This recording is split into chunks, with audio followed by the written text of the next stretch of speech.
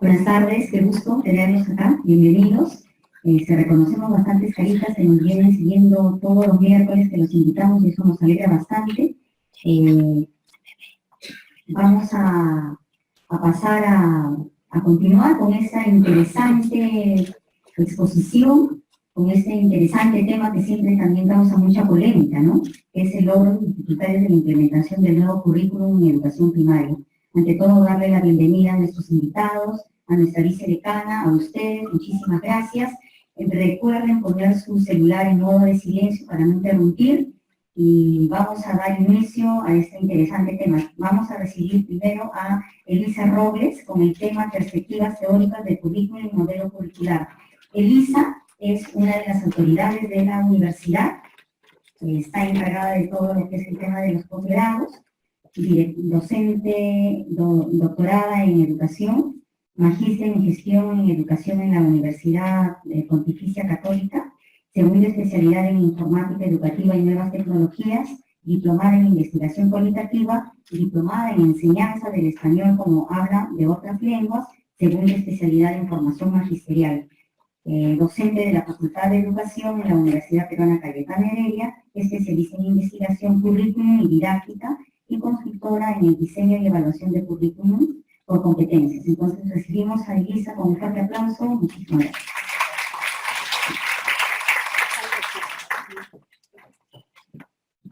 Muy bien, muy buenas noches. Permítanme expresar el saludo de la Universidad Cayetano Heredia, a quien representamos en esta noche, y también la alegría que sentimos de acogerlos en este espacio educativo, en este espacio de diálogo constructivo. En esta oportunidad nos toca reflexionar un poco acerca del currículo y queríamos abordar también el tema de las perspectivas teóricas del currículo y los modelos curriculares para luego mirar la propuesta del currículo nacional que nosotros en este día pues estamos llamados a dar una mirada. Definitivamente esta es una construcción que lleva mucho tiempo y siempre los maestros estamos abordando el tema del currículo, ¿no? El currículo es una herramienta poderosa, algunos los han considerado que es una herramienta de poder, otros consideran al currículo como un proyecto social, como un proyecto histórico, como un proyecto país. En cualquiera de los escenarios conceptuales, diríamos así, es el docente el protagonista y es el docente quien lleva a cabo estas prescripciones que se establecen en el currículo. Por lo tanto, cuando hablamos de currículo, no podemos dejar de hablar del docente. En ese sentido, el escenario que nos depara es un escenario permanente de cambio y por lo tanto nos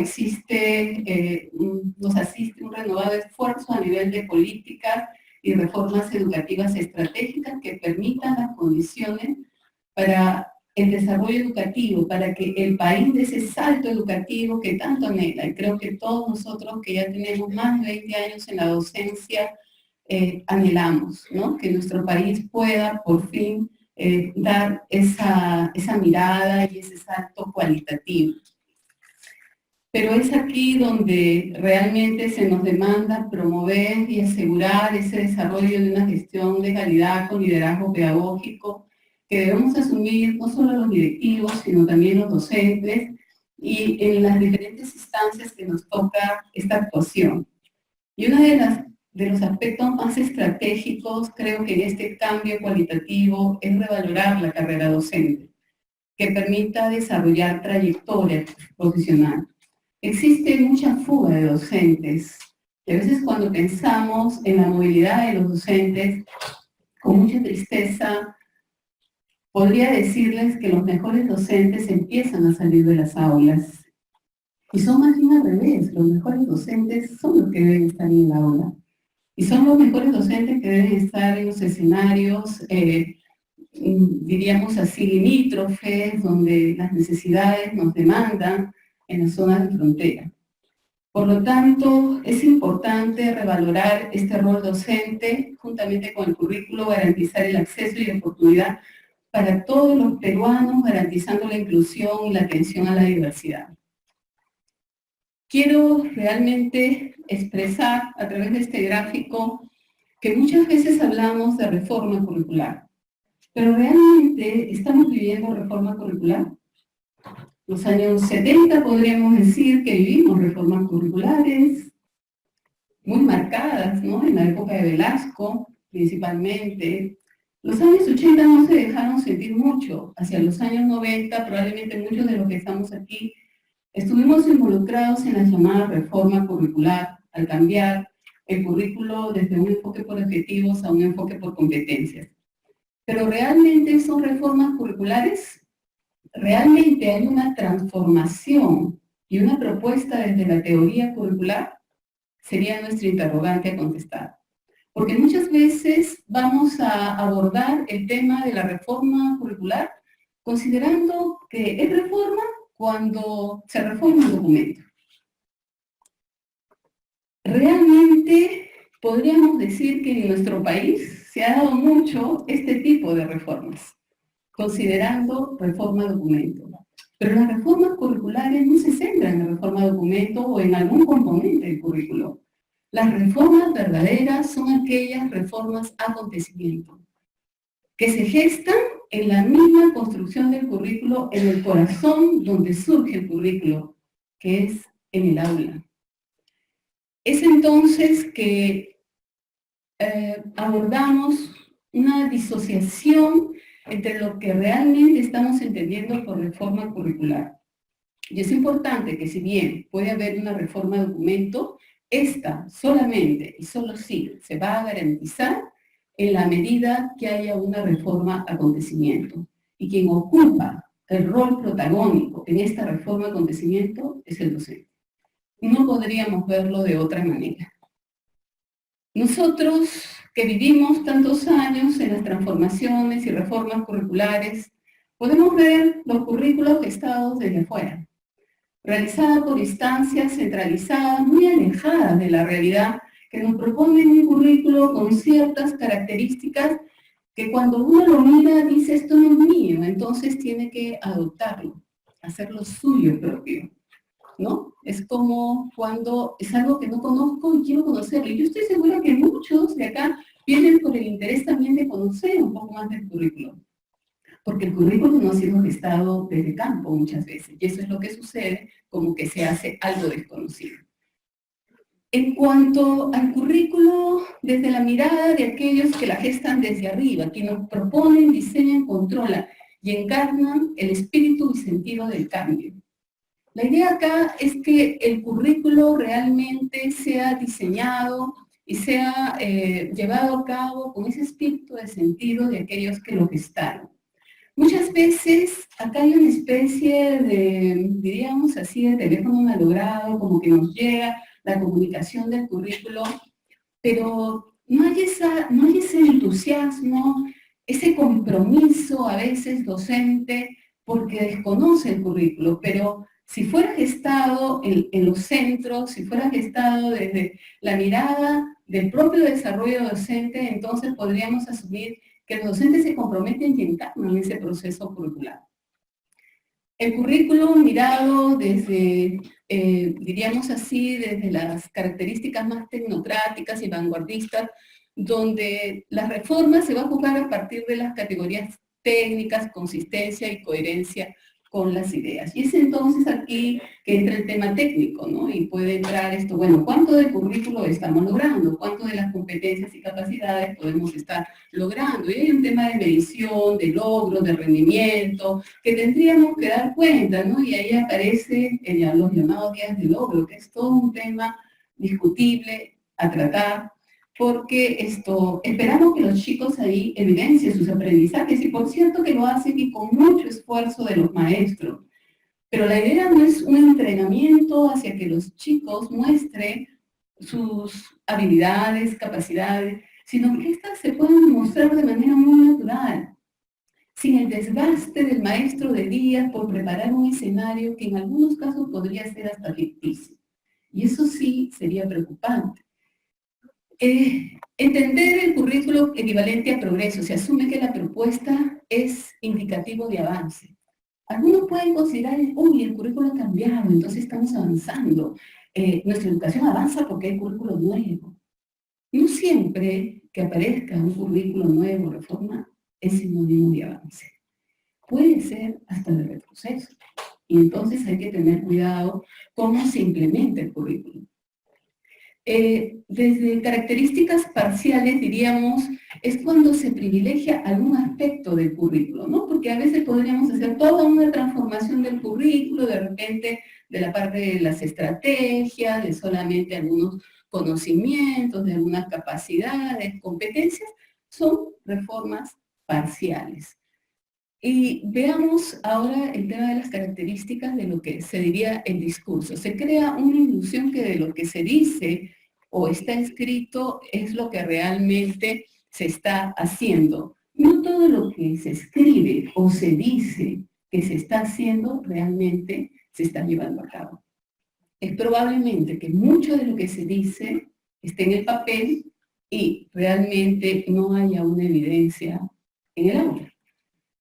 En cuanto a las perspectivas teórico-curriculares, son de tres tipos: teórico, prácticas y críticas. La perspectiva teórica se centra en el currículo como producto.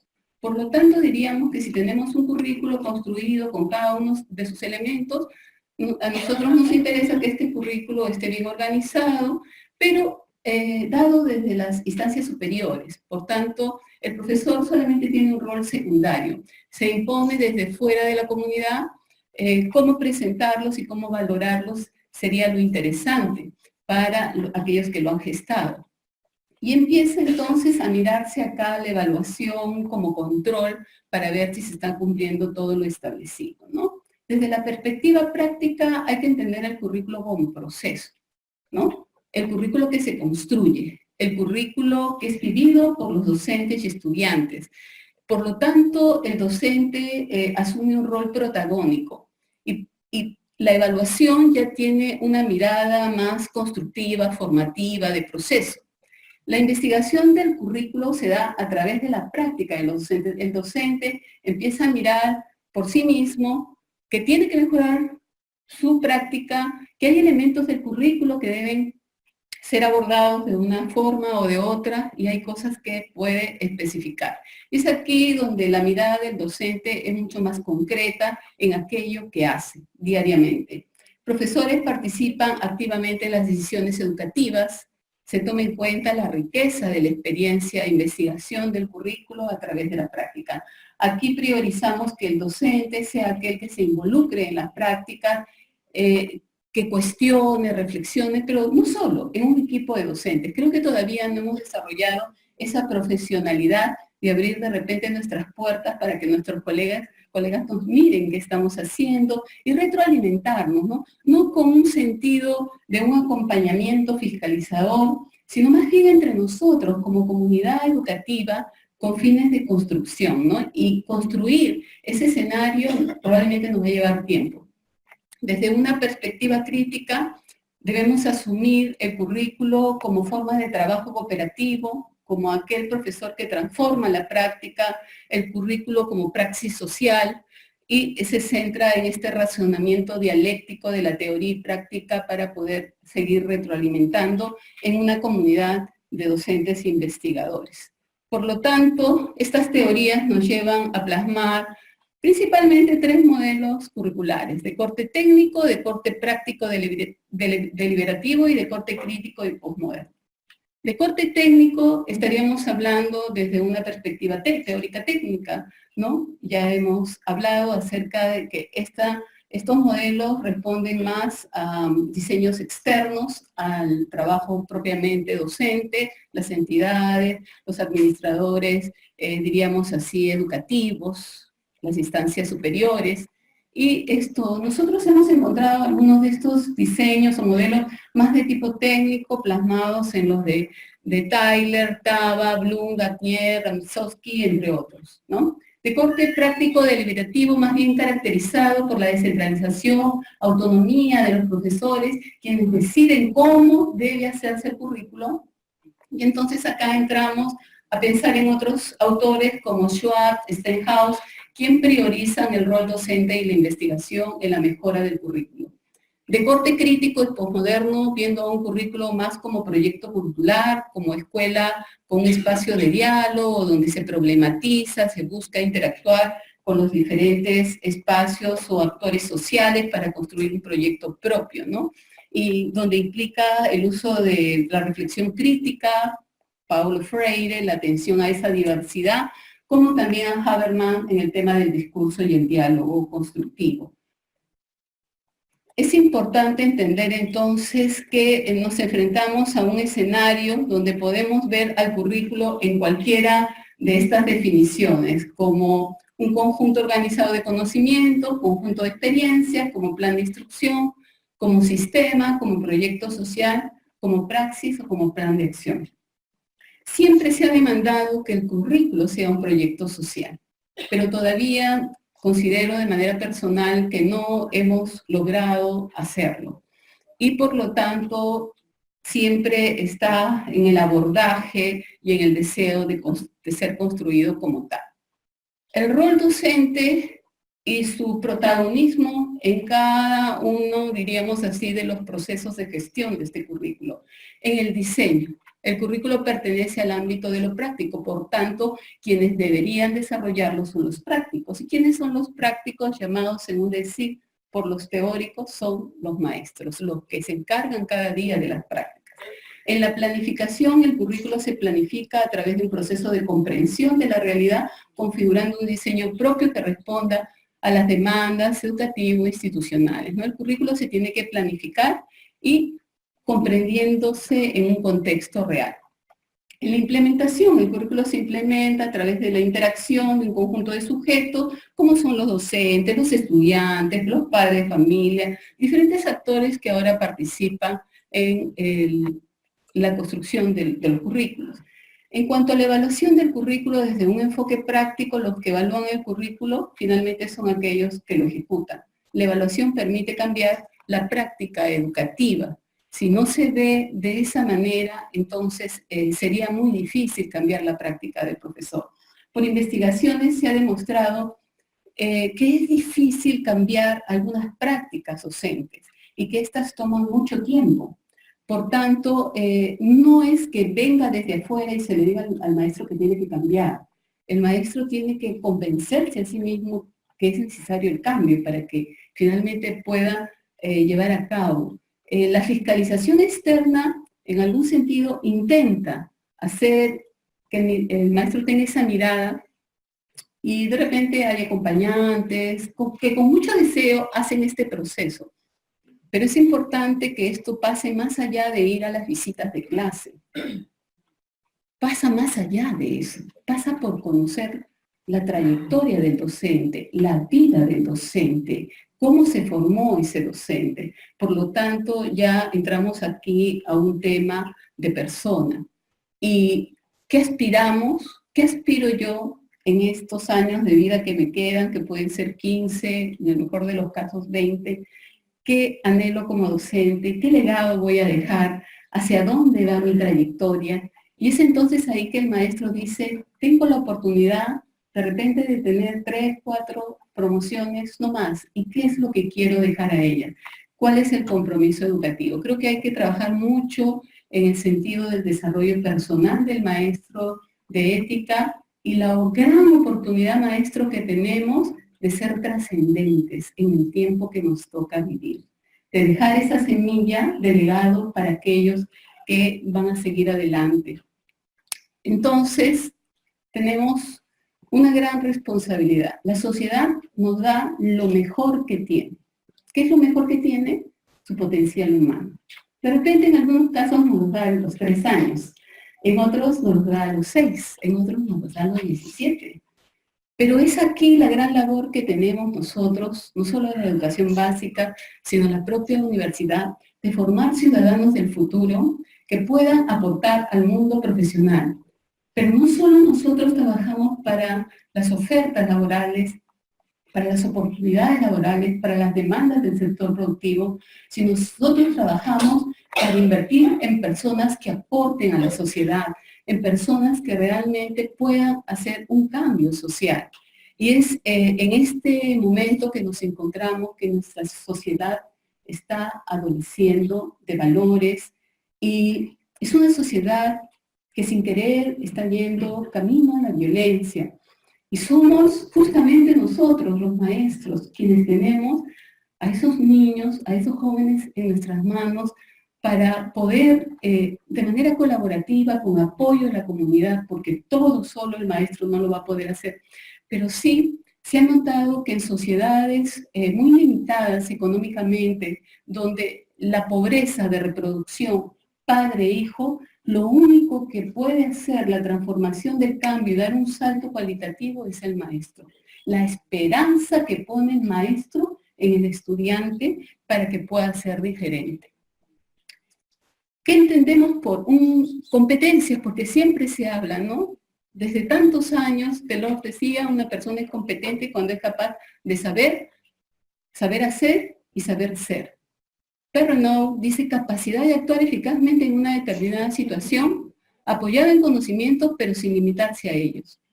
Y el Ministerio de Educación define competencias como la facultad que tiene una persona de combinar un conjunto de capacidades a fin de lograr un propósito específico en una situación determinada, actuando de manera pertinente y con sentido ético. Por lo tanto, fue el interés, y es el interés del MEP, proponernos un currículo nacional que ha entrado en una suerte de discusión, un poco triste de repente, en este último tiempo, pero se propuso pues algunos cambios a nivel del perfil, planteando unas definiciones claves que por cierto ya existían de antes, pero ha valorado 4 de ellas principalmente, 31 competencias, reducidas a 31 competencias ahora, a 81 capacidades, implicando la evaluación formativa, los estándares de aprendizaje, los aprendizajes descritos en progresión, la promoción del desarrollo de valores, el monitoreo y evaluación. Y es entonces donde debemos mirar la finalidad del currículo nacional. ¿Qué es esta finalidad, no? Buscar establecer los aprendizajes que se espera logren los estudiantes como resultado de este proceso formativo. Priorizar los valores y la educación ciudadana. Nosotros formamos ciudadanos del futuro. Eso debemos tenerlo presente. Y orientar los aprendizajes que se deben garantizar como Estado y sociedad. Estas son las 4 definiciones claves del currículo. Creo que los que vivimos en el mundo del currículo las conocemos, pero se ha hecho énfasis mucho en los estándares que ya se han alineado desde la propuesta del IPEVA y del CINEASI ahora, pero se han integrado al currículo y antes no estaban. Y estos también se establecen a nivel de desempeños, ¿no? Que pueden ver allí por niveles, que determinan logros de aprendizaje en determinadas áreas. Entonces tenemos niveles que van de 3 hasta lo máximo esperado para educación inicial, niveles que van hasta el 6, que sería el logro de la educación primaria, y hasta nivel 8 para el logro de lo que sería la educación secundaria, ¿no? Hablando de los ciclos. Y entonces este currículo genera una necesidad de ser articulado con un conjunto de documentos, que son los programas curriculares y las herramientas curriculares. Y cada vez que hay un nuevo currículo, hay nueva capacitación, nuevo acompañamiento, nuevos procesos implicados en los maestros, lo cual en algunos casos genera estrés en los maestros. Y la idea de las reformas no tienen ese énfasis, tienen el énfasis de cambio y transformación. Por lo tanto, ya para finalizar, diríamos que algunos logros en esta implementación del currículo es la intención de mejorar la calidad de los aprendizajes, articular los niveles a través de las áreas, ver estos estándares de aprendizaje, la reflexión que busca también de la práctica docente, el acompañamiento y fortalecimiento de estas capacidades docentes, la modernización de la gestión educativa y un poco las limitaciones que yo puedo encontrar en todo ello es que es necesario generar espacios de diálogo con diferentes actores y organizaciones sociales con respecto a las potencialidades del currículo. No todo es perfecto y creo que podemos construir, y es necesario abrir esos espacios que aparentemente se hicieron, pero que si hay tanta crítica, entonces creo que es necesario volver a encontrarnos. Brindar oportunidades para reflexionar sobre los logros de aprendizaje. ¿Qué realmente es un logro de aprendizaje? ¿Qué esperamos? ¿Es sacrificar los espacios de los niños, el disfrute que debe tener el niño de la escuela para llevarlos a las prácticas constantes de las ESES para poder, como escuela, lograr un nivel? ¿Y en dónde queda entonces el desarrollo de la persona y el disfrute de la educación? Desarrollar oportunidades de trayectoria profesional docente. Yo creo que el currículo se debe pensar desde allí también, fortalecer esa capacidad docente, valorar a aquellos docentes con buenas prácticas y aquellos que no, ayudarlos a crecer juntos en una comunidad. Una comunidad docente que investiga y desarrolla su profesión con entusiasmo y compromiso. El día que el maestro pierda ese entusiasmo de estar en el aula y compartir con los niños, creo que es poco lo que podemos hacer. Maestros, no perdamos el entusiasmo de la docencia, no perdamos el entusiasmo de la enseñanza y de poder hacer con lo que nos toca hacer en el lugar donde Dios nos ha permitido estar, buscar la transformación y el cambio. Los docentes no son los peones de la obra, los docentes son los arquitectos. Los maestros son los que realmente pueden hacer la diferencia. Muchas gracias, colega.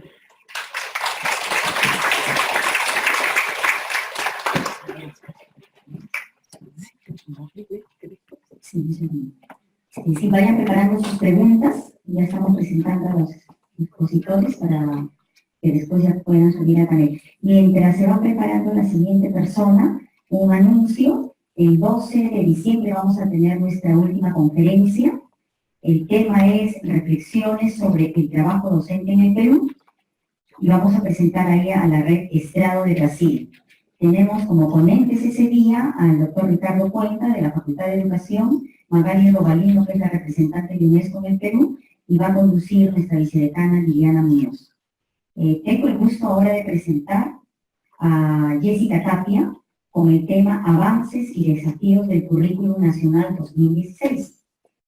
Es una persona que siempre nos acompaña, nos apoya, nos ayuda y bueno, sabe también mucho del tema, por lo tanto está acá. Jessica es consultora del proyecto Fortalecimiento de la Gestión en Educación en el Perú en Forge, egresado de la Facultad de Lingüística y Literatura de la Pontificia Universidad Católica del Perú. Tiene estudios de maestrías en Ciencias Sociales, con orientación en Educación en la Facultad Latinoamericana de Ciencias Sociales de Claxo, Argentina. Y se desempeñó como especialista del equipo de evaluación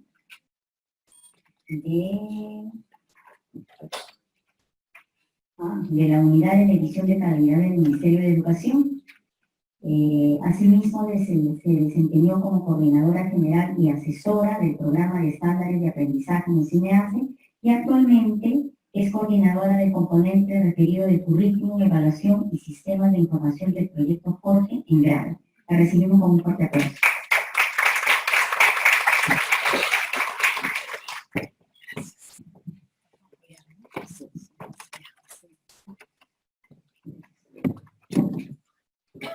Bueno, buenas noches, muchas gracias por la invitación a Liliana y a todos los colegas de la universidad.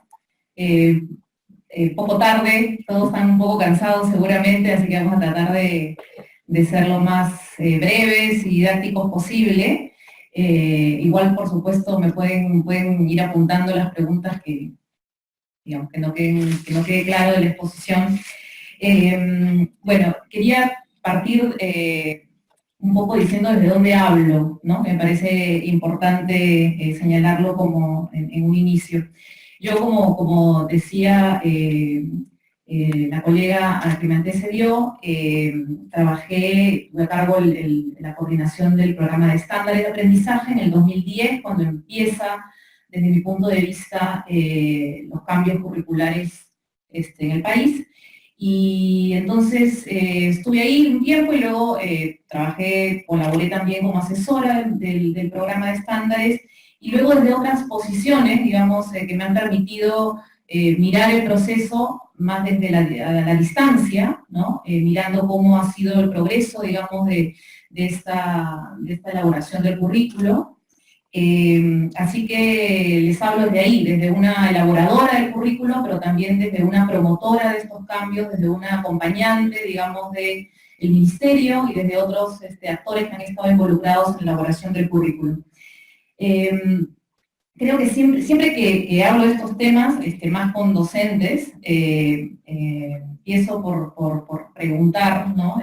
Por preguntarnos y preguntar a los colegas, ¿por qué cambiar, no? O sea, digo, viene un nuevo currículum y uno dice, bueno, ¿por qué tengo que cambiar de la noche a la mañana o tengo que de pronto empezar a usar otro instrumento y meterme en otra lógica? Entonces, lo primero que yo digo ante esa pregunta es que es muy importante comprender primero, no podemos valorar, mejor dicho, lo que no comprendemos, ¿no? Entonces, me parece como muy importante tratar de comprender en qué consisten comprender a cabalidad en qué consisten estas novedades, ¿no? Es algo nuevo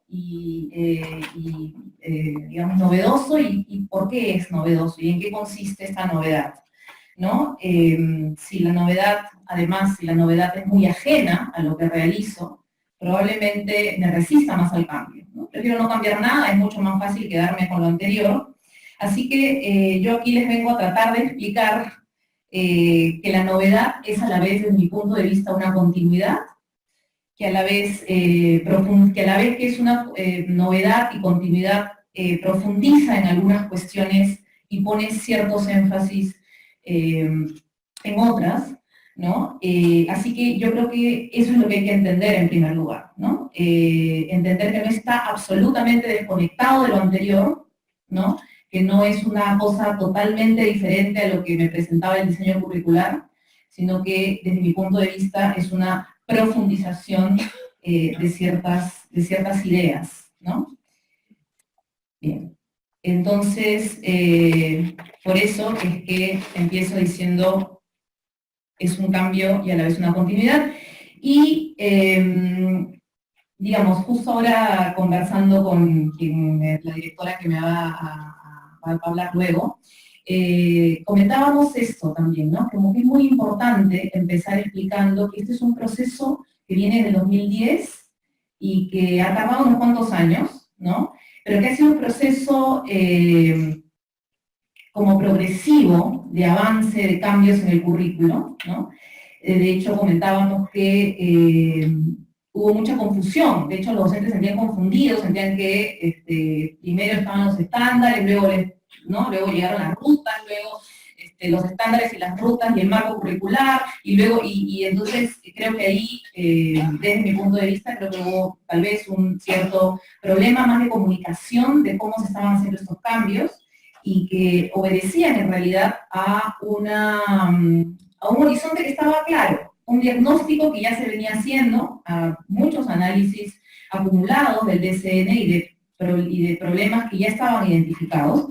Y entonces, yo más bien siempre prefiero, o sea, por eso me gusta también hablar de esto como una continuidad, ¿no? Como que hay un proceso que es acumulativo en el tiempo, que desde mi punto de vista empieza en el 2010, cuando justamente se empiezan a elaborar los estándares que responden, como saben, a un mandato normativo del PEN, del Proyecto Educativo Nacional, ¿no? Y se le encarga la función al IPEVA, CINEACE, de llevar a cabo los estándares en coordinación con el Ministerio de Educación.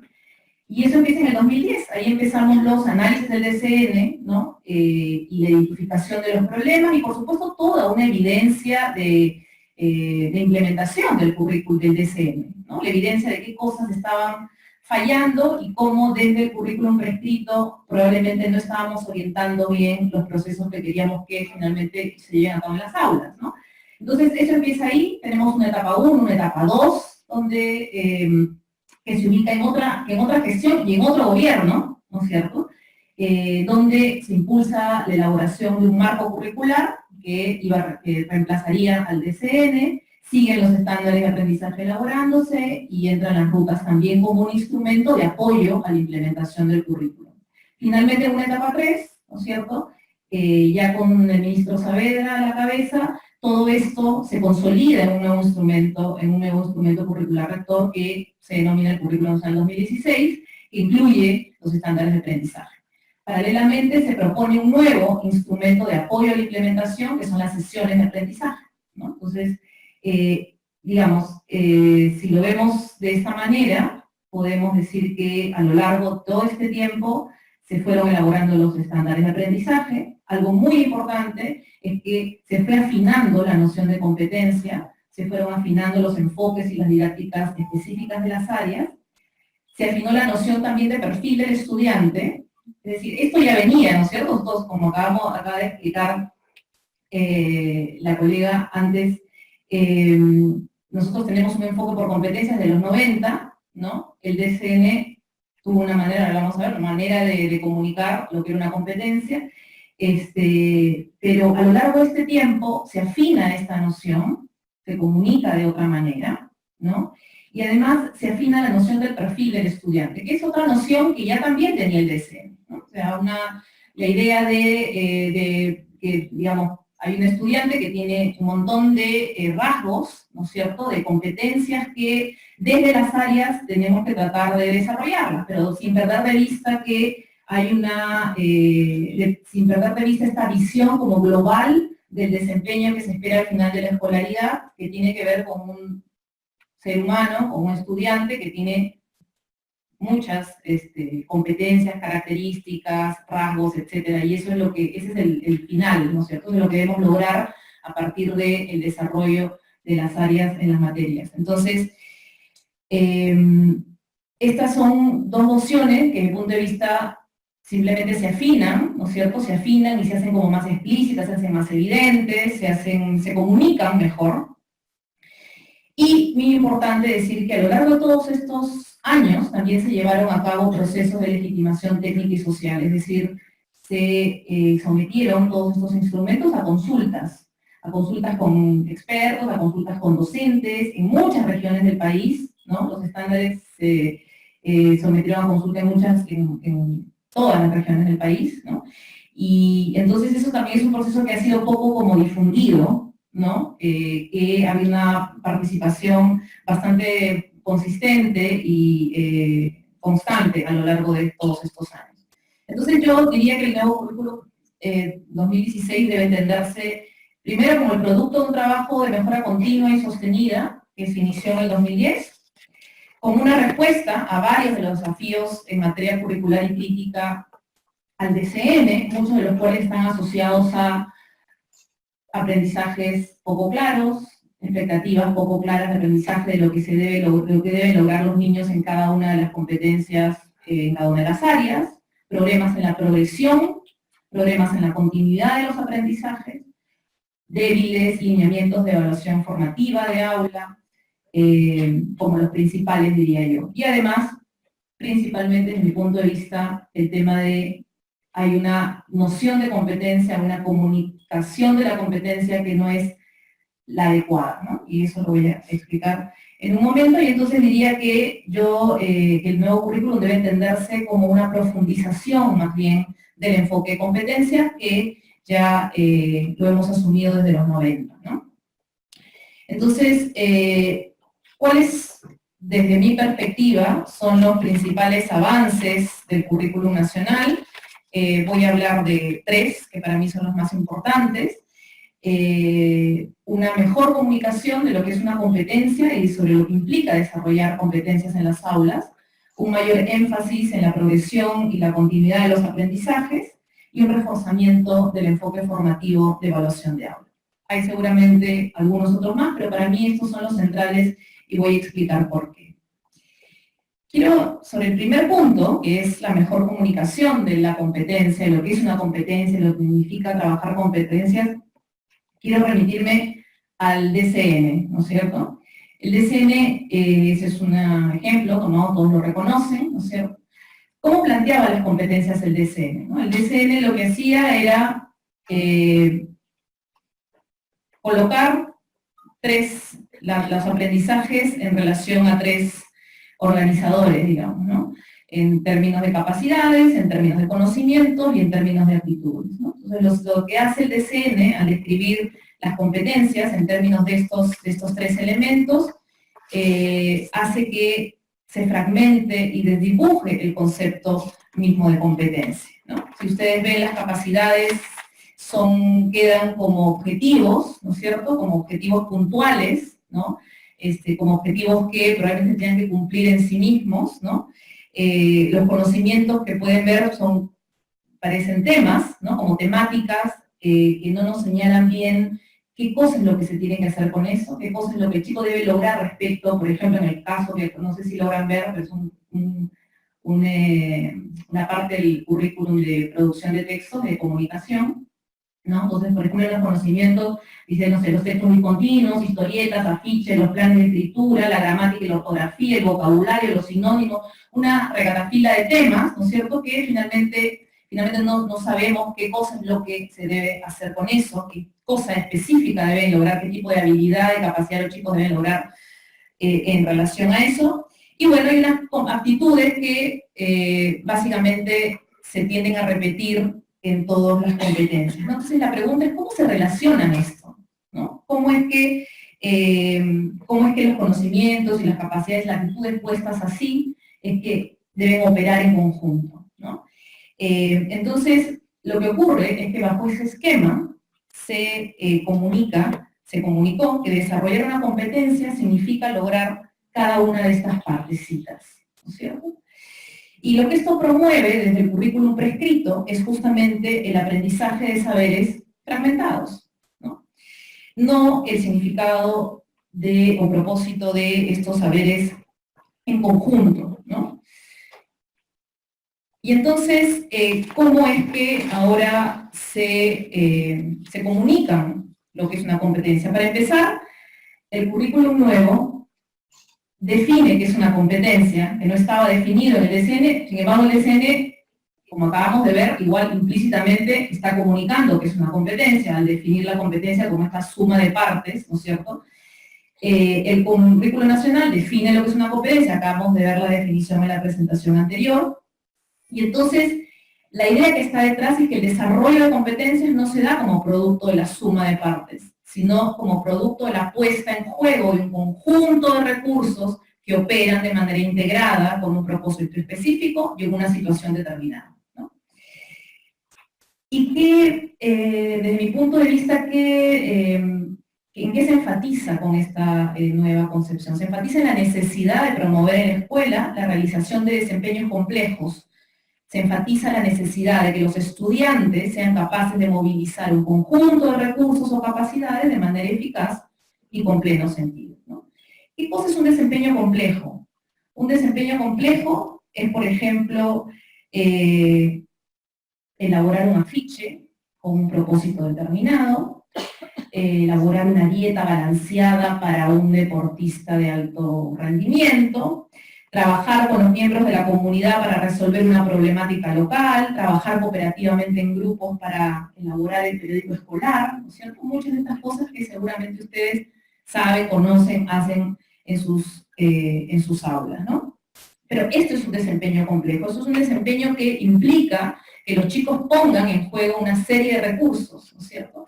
Que en el caso, por ejemplo, de que tengan que escribir un afiche con un propósito determinado y marcado una situación específica, pongan en juego una serie de conocimientos sobre la cohesión de los textos, la coherencia, el propósito, que usen un lenguaje adecuado, que en fin, una serie de conocimientos, ¿no?, que esperamos que se pongan en juego en este trabajo. Entonces, yo creo que una palabra clave que se intenta, una palabra clave del currículo que se desprende de la comunicación de esta nueva sentido de la competencia es la palabra integración, ¿no? La integración como un horizonte orientador de la pedagogía en las aulas, ¿no? Y ustedes dirán, bueno, muy complicado, ¿no? Muy complicado trabajar siempre con desempeños complejos. Es lo que siempre, cuando explicamos esto con docentes, lo primero que sale es, bueno, es complicado trabajar siempre con desempeños complejos, ¿no? Y sí, es complicado, pero lo que yo creo que es lo que se está tratando también de comunicar es que el trabajo por competencias implica que que estos desempeños complejos se dé más cabida a los desempeños complejos. No significa que yo no pueda también trabajar aprendizajes más puntuales, ¿no es cierto? Y que sean, digamos, que lo obedezcan o que los trabajen en periodos más cortos de tiempo, y también aprendizajes probablemente más memorísticos o que impliquen, como, no sé, memorísticos o que sean, que no impliquen que los chicos desplieguen unas grandes habilidades transversales o que combinen un montón de competencias, pero lo que decimos es que estos aprendizajes puntuales deban estar siempre conectados al sentido de la competencia, o sea, deben estar siempre conectados a la competencia, ¿no? Deben siempre tener ese sentido detrás. La competencia, en el caso que les coloqué de producción de texto, la competencia es que los chicos produzcan textos. Todos los demás aprendizajes asociados, que pueden ser más chiquitos, más minúsculos, que por ejemplo conozcan la gramática, que conozcan los signos de puntuación, que todo eso está bien. Y en ocasiones lo puedo trabajar también de manera aislada. Pero el punto es que no pierda de vista que lo que necesito es que el chico escriba textos completos y que es ahí donde va a poder observar el docente cómo todos los otros recursos están articulados. Es ahí donde el manejo de todos estos recursos cobran sentido, ¿no? Hay un ejemplo que se pone siempre, que ponen algunos teóricos sobre este tema de la competencia y la activación, y cómo la competencia es una facultad que exige que los recursos se movilicen, una serie de recursos de manera integrada en el deporte, ¿no? No sé, seguramente muchos de ustedes juegan fútbol o vóley, yo juego vóley mucho tiempo, y por supuesto hay muchísimo tiempo en donde los deportistas hacen ejercicios específicos, ¿no? O sea, yo voleaba media hora, recepcionaba otra media hora, me hacían hacer, no sé, ejercicios como muy puntuales y muy repetitivos, ¿no es cierto? Pero para decir que yo soy competente en el voleibol, tenía que jugar un partido completo. Entonces, esa es como la analogía, ¿no? Hay que hacerle a los chicos jugar el partido completo, ¿no? Lo que no significa que por supuesto van a tener que hacer ejercicios, probablemente dedicarle tiempo a ejercicios puntuales, pero sin perder de vista que esos ejercicios puntuales cobran su real sentido cuando luego jugar el partido completo, ¿no? Ese es un poco, desde mi punto de vista, el énfasis que le quiere dar el currículo al tema de la competencia, el tema de la integración, la competencia como el articulador de un conjunto de recursos, ¿no? Este es un pantallazo de una de las competencias del currículum, ¿no? Y de cómo están descritas en progresión. Este es otro pantallazo del currículum, donde se trata de ejemplificar cómo las capacidades están involucradas en el texto, como este texto, en este texto que el chico escribe, las capacidades están ahí, deben estar en evidencia, ¿no? Entonces es como poner menos énfasis en actividades de este tipo, ¿no es cierto? Escriba cómo se usan las comillas, los puntos suspensivos, señale que es un texto informativo, y poner más énfasis en actividades como estas. No lo alcanzan a leer, perdón, pero es una actividad donde el docente le propone a los chicos que escriban un afiche con un propósito específico, que comuniquen la importancia de prevenir enfermedades cardiovasculares, y les piden que hagan un afiche para personas que no son científicas, que no manejan los conceptos, que tienen que usar un lenguaje sencillo, etcétera, tiene un destinatario concreto, un propósito muy bien enmarcado, real, ¿no es cierto?, conectado con la realidad, y una serie de pautas para que los chicos hacen. Entonces, me parece que este es el énfasis, ¿no? Este es el gran reto, hacer menos de esto, ver menos de esto en las aulas y ver más de esto, ¿no? Lo otro es el tema que va ligado al tema de mejor comunicar la competencia y qué es lo que queremos que los chicos hagan en las aulas. Cuando decimos que trabajen por competencias es justamente eso, es el tema de la progresión y la continuidad, ¿no? Que son condiciones fundamentales para lograr aprendizajes significativos, profundos, duraderos. La literatura dice hace mucho tiempo que es muy importante que los chicos, enfrentar a los chicos aprendizajes, que esos aprendizajes centrales, que pensamos que son muy importantes, deben estar todo el tiempo. Debemos exponer a los chicos esos aprendizajes a lo largo de la escolaridad, si queremos que realmente se conviertan en eso, en aprendizajes duraderos, profundos, ¿no?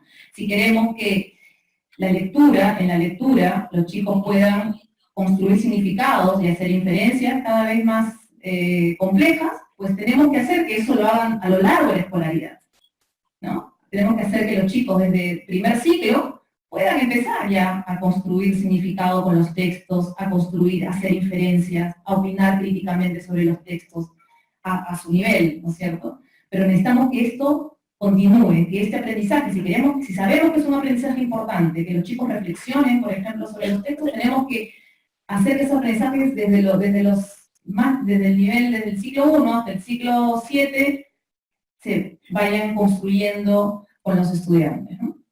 Entonces, lo que dice la literatura además es que la escuela justamente alienta lo contrario, alienta un aprendizaje desconectado, alienta un aprendizaje superficial, que está partido normalmente en semestres, en años escolares, en unidades, ¿no? Entonces, un currículo fragmentado, dice la literatura, no alienta la construcción de conexiones necesarias para un aprendizaje profundo, ¿no? Entonces, si bien el TCN hizo un gran esfuerzo en articular en un solo documento los niveles, inicial, primaria y secundaria, no logró hacer clara y explícita la progresión de los aprendizajes a lo largo de la escolaridad. Y esto es un tema bien importante. Yo acá brevemente lo traté de ilustrar, ¿no es cierto? Extraje solamente la competencia de sociales, la que tiene que ver con historia y geografía. Fíjense ahí que en el ciclo 3, 4 y 5 la competencia se llama comprensión de la diversidad histórica y de los procesos históricos, pero cuando pasamos al ciclo 6 y 7, ya no es una competencia, son 3, muy diferentes nombres, ¿no? Manejo de la información por un lado, comprensión espacio-temporal por otro, juicio crítico por otro. Si ustedes se meten a mirar qué es lo que dice cada una, es aún más confuso el tema de la progresión, es decir, yo no sé cómo no me queda claro desde este punto de vista cómo los chicos progresan en su comprensión, por ejemplo, en los procesos históricos, desde el ciclo 3 hasta el ciclo 7. Es difícil verlo, ¿no es cierto? Entonces, fíjense que el currículum, la propuesta del nuevo currículum, lo que hace es justamente fortalecer esta idea de la progresión y la continuidad a través de la propuesta de competencias únicas en cada área que se van profundizando a lo largo de la escolaridad. ¿Sí? Ahora ustedes en cada área tienen 3 o 4 competencias, que son las mismas, que son las que atraviesan desde inicial hasta secundaria. Si ustedes quieren ver cómo se desarrolla la lectura, ¿no es cierto? En toda la escolaridad tienen los estándares, los mapas de progreso, que describen el desarrollo de toda la competencia. Entonces, se otorga al currículum una perspectiva de trayectoria continua y de proceso acumulativo del aprendizaje que va desde inicial y se proyecta a la secundaria.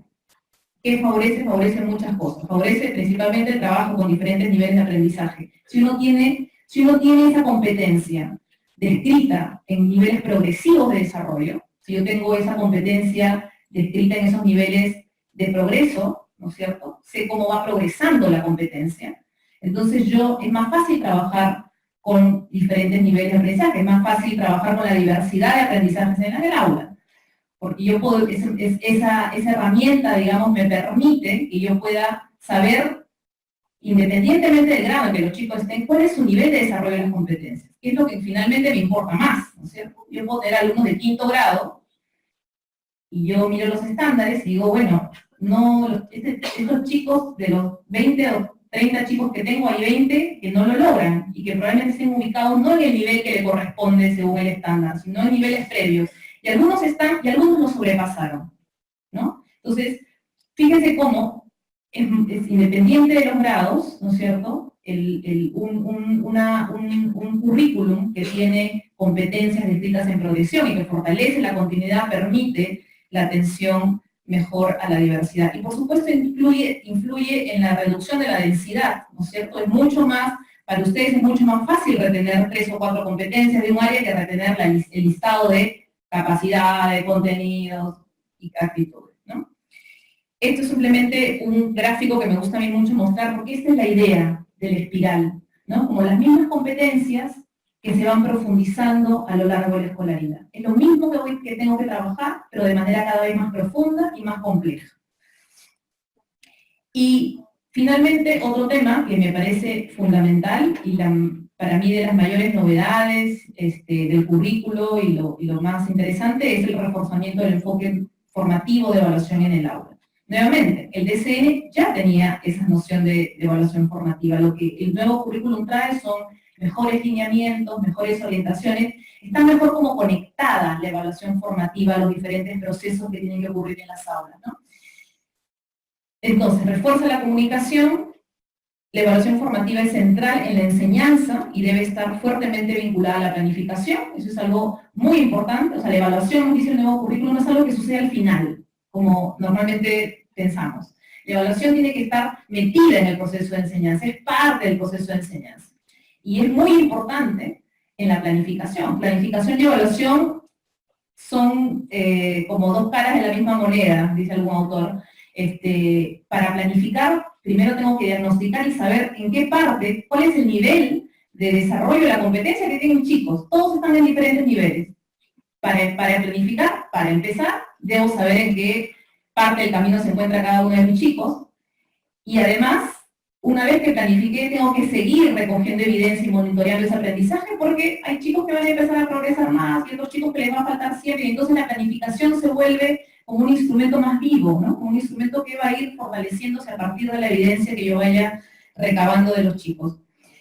Los estándares, entonces, son una herramienta de apoyo muy potente para este tipo de evaluación. O sea, los estándares están ahí no solamente para decirme qué es lo que se espera en cada ciclo, no solamente están para decirme cuál es la expectativa que tengo que esperar de los chicos en cada ciclo, sino que están propuestos en este currículum como una herramienta de apoyo para la evaluación formativa.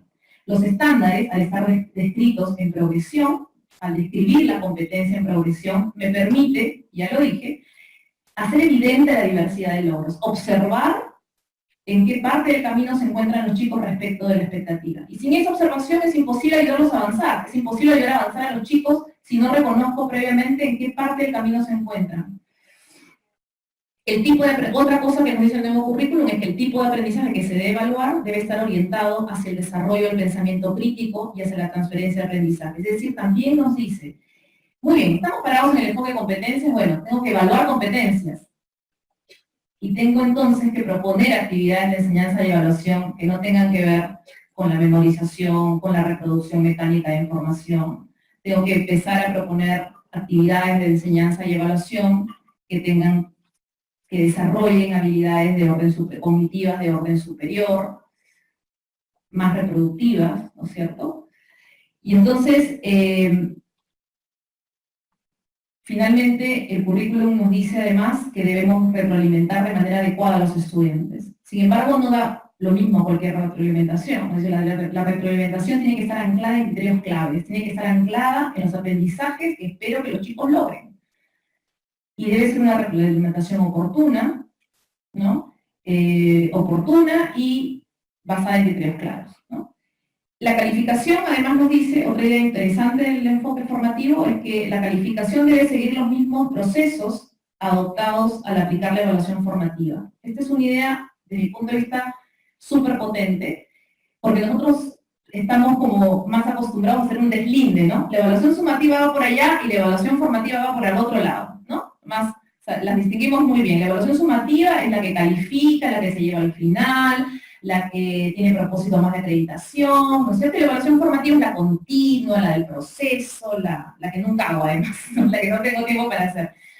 Pero lo que nos dice el currículum es, no son incompatibles, ¿no? Lo que nosotros queremos es que, por supuesto, que se califique menos y se observe más el desarrollo de las competencias de los chicos, pero además queremos que esa calificación tenga un sentido, porque lo que ocurre en las aulas, producto de todo este diagnóstico previo, que se ha observado y hay estudios de eso, es que la calificación no tiene sentido, ¿no? La calificación no está anclada en los aprendizajes, no tiene que ver con los aprendizajes de los chicos, ¿no? Tiene que ver con otros criterios, pero no tiene que ver con los criterios relacionados con el aprendizaje, ¿no? Entonces, lo que nos dice el currículum es que tenemos que tratar de que esa calificación tenga más sentido y que finalmente sea el producto de una observación con criterios claros que son los estándares, producto de haber usado instrumentos adecuados, de haber propuesto actividades adecuadas, más reproductivas, menos memorísticas, ¿no es cierto? Entonces, esa es una idea que me parece bastante potente. Y para terminar, yo creo que de los desafíos, bueno, hablaba yo para mí esto de los avances, pero los desafíos para mí es justamente este el mayor desafío, ¿no? El de la evaluación formativa. ¿Por qué? Porque creo yo que cambiar la evaluación implica cambiar la escuela. O sea, la evaluación es, para mí, lo que está conecta todos los ámbitos de la escuela, lo que ocurre en una escuela, ¿no? Y exige cambios muy profundos porque está muy arraigada, ¿no? Es una cultura, nosotros hemos crecido además en una cultura de evaluación muy particular, ¿no es cierto?, que tiene más que ver con una evaluación selectiva, es decir, con una evaluación que tiene como único propósito, o como principal propósito, el seleccionar a los buenos de los malos, ¿no es cierto? La imagen que todo el mundo tiene en la cabeza de su escuela, de sus escuelas, son los chicos más capos adelante y los que no dan, entre comillas, atrás, ¿no es cierto? Entonces, eso, y por supuesto, y la calificación, y los padres además esperan, ¿no es cierto?, que la calificación diga quiénes son los mejores, quiénes son los peores, mi hijo quiero siempre que sea los mejores. Entonces, hay un cambio de enfoque aquí muy importante, que es pasar de una evaluación centrada en la selección y en la jerarquización a una evaluación centrada en el aprendizaje de todos los estudiantes. Este es un cambio muy radical, ¿no es cierto? Queremos que todos los estudiantes progresen, queremos que todos, y todos son capaces de hacerlo, todos. Lo que yo tengo que identificar es en qué parte de ese camino del desarrollo de la competencia está. En alguno está. Todos están desarrollando la competencia, todos deben estar desarrollando la competencia, ¿no? Entonces, es una idea muy importante, muy profunda, que exige mucho cambio. Lo otro es que hay un cambio importante en la manera en que se entiende la diversidad entre los estudiantes, ¿no? O sea, nosotros normalmente entendemos la diversidad desde estas diferencias naturalizadas, o sea, el chico pobrecito que no aprende porque vive en una familia, en un entorno desfavorecido, porque, ¿no? Porque, no sé, no come bien, ¿no es cierto? Y pasar de esa, y por lo tanto no puede, ¿no es cierto? Por lo tanto, con ese chico no puedo, con ese chico no se puede, pobrecito, y ese va a ser el que se va a quedar siempre atrás y le voy a dar cualquier tarea para que se entretenga y no moleste en la clase, ¿no es cierto? Pero es pasar desde esa idea a la idea de la diversidad de los procesos de desarrollo de las competencias, es decir, todos los chicos pueden desarrollar competencias, y mi tarea como docente es descubrir, observar y monitorear en qué parte de ese camino está, en qué grado de desarrollo de la competencia, qué grado de desarrollo de la competencia tiene, ¿no? Entonces, hay además un cambio en la manera en que se entiende el conocimiento, ¿no? Y ya lo expliqué hace un momento, de aprendizaje de objetivos específicos fragmentados al desarrollo de comprensiones y competencias a través del tiempo, ¿no? Entonces, lo que me importa ahora es observar eso, es observar el desarrollo de las competencias de los chicos. Y entonces, en esa idea, ya no pierde sentido esto de identificar lo que saben o no saben. Las competencias no se tienen o no se tienen, ¿no es cierto? Las competencias se van desarrollando en el tiempo, y eso es lo que yo tengo que empezar a tratar de observar. ¿Por qué digo que es un cambio tan grande, ¿no? Los docentes van a requerir que los docentes tengan una base sólida de conocimiento pedagógico del contenido, ¿no? Ya solamente el tema de plantearles la progresión de una competencia implica que se metan en la reflexión de qué significa progresar en una competencia. No es tan evidente, ¿no? ¿Qué significa progresar en historia? ¿Qué significa progresar en geografía? ¿Qué significa progresar en arte? ¿No?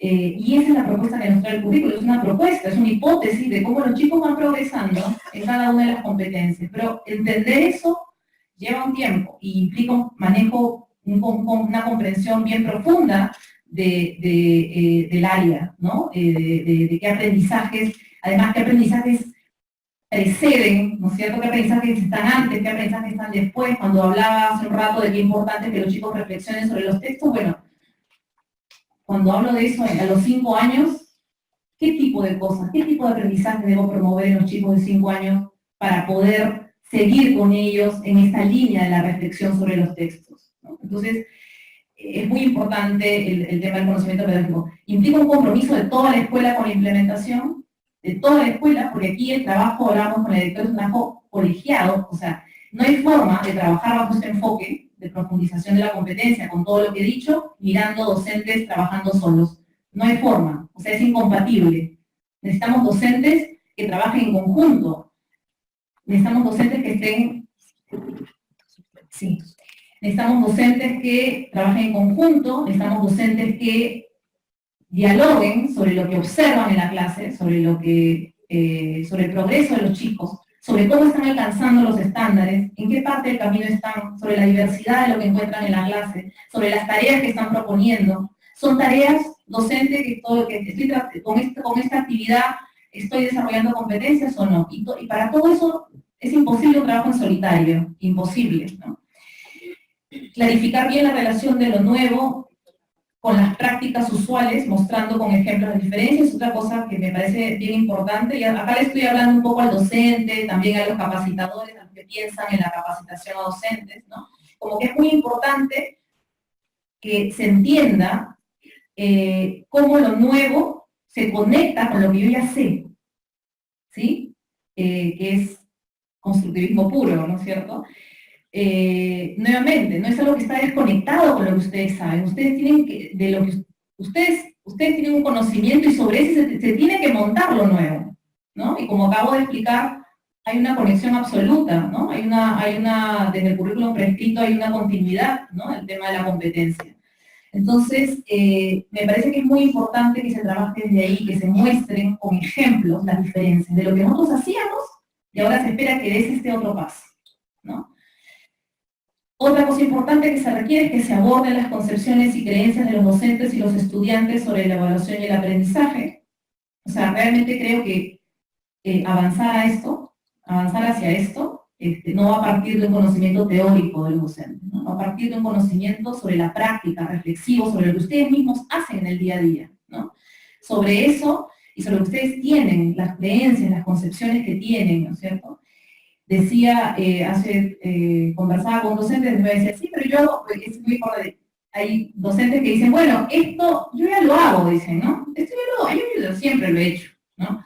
Y cuando vamos como escudriñando un poco más en sus creencias, en sus prácticas y analizando qué es lo que vienen haciendo, nos damos cuenta que en realidad hay algo de eso, pero hay algo que no estamos parados en el mismo terreno, ¿no? Me dicen, no, pero si yo siempre retroalimento, evaluación formativa, toda mi vida he hecho evaluación formativa. Yo toda mi vida retroalimento a mis chicos. Y cuando empezamos a hablar de cómo los retroalimentan, no, yo les pongo bien, mal, X, check, y yo retroalimento, ¿no? Y cuando empezamos a profundizar sobre qué significa retroalimentar con criterios claros, que estén anclados en los estándares, retroalimentar descriptivamente, oportunamente, ¿no? Entonces ahí vamos cambiando, como ir haciendo el clic de, hay una práctica que la tengo que ir modificando con el tiempo. No es fácil, ¿no es cierto? Va a requerir muchísimo tiempo implementar este currículum y todas estas ideas realmente lleguen a calar en las aulas. Y además, para mí particularmente en este tema, me parece que es muy importante bajar el énfasis en los resultados de la evaluación estandarizada, ¿no? O sea, estamos en el boom de la S y de los resultados de las reuniones censales, y estamos muy concentrados en eso, ¿no? O sea, entrenamientos para la prueba, y eso, lo que dice la S es lo que hay que hacer, y es lo único. Y para empezar, la S no evalúa, ni siquiera es una como muy aproximación muy lejana al desarrollo de una competencia, por muchas limitaciones técnicas principalmente que tiene, porque no tiene el objetivo, no tiene el objetivo de entregar información sobre la competencia, ¿no? Entonces, la evaluación estandarizada elige un determinado indicador, una determinada capacidad, y sobre eso elabora una serie de indicadores muy específicos y concretos, ¿no? Entonces, entonces es muy importante, por supuesto, tenerlo en cuenta como un indicador más, pero mucho más importante, porque está mucho más anclada en la práctica del día a día del docente, es mejorar la evaluación de aula.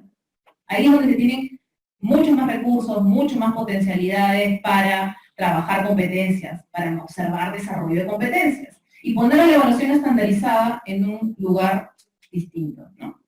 Bueno, hablé muy rápido, pero al final, muchas gracias.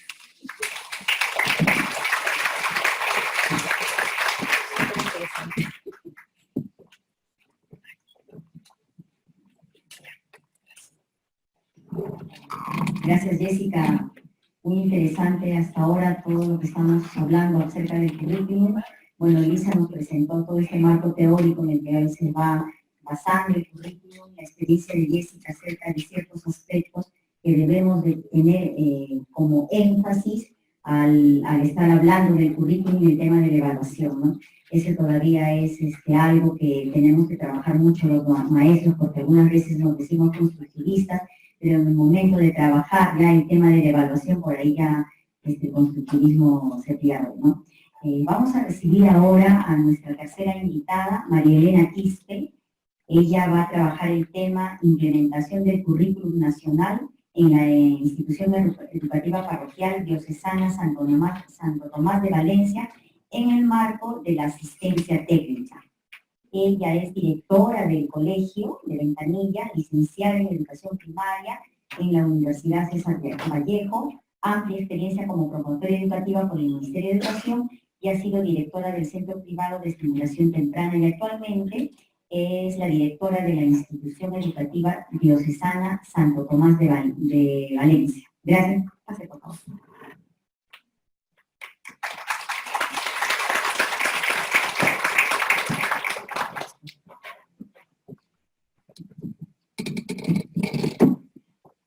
Muy buenas tardes. Quería agradecer la invitación de la Universidad Cayetano Heredia, a la magíster Liliana Muñoz por la invitación.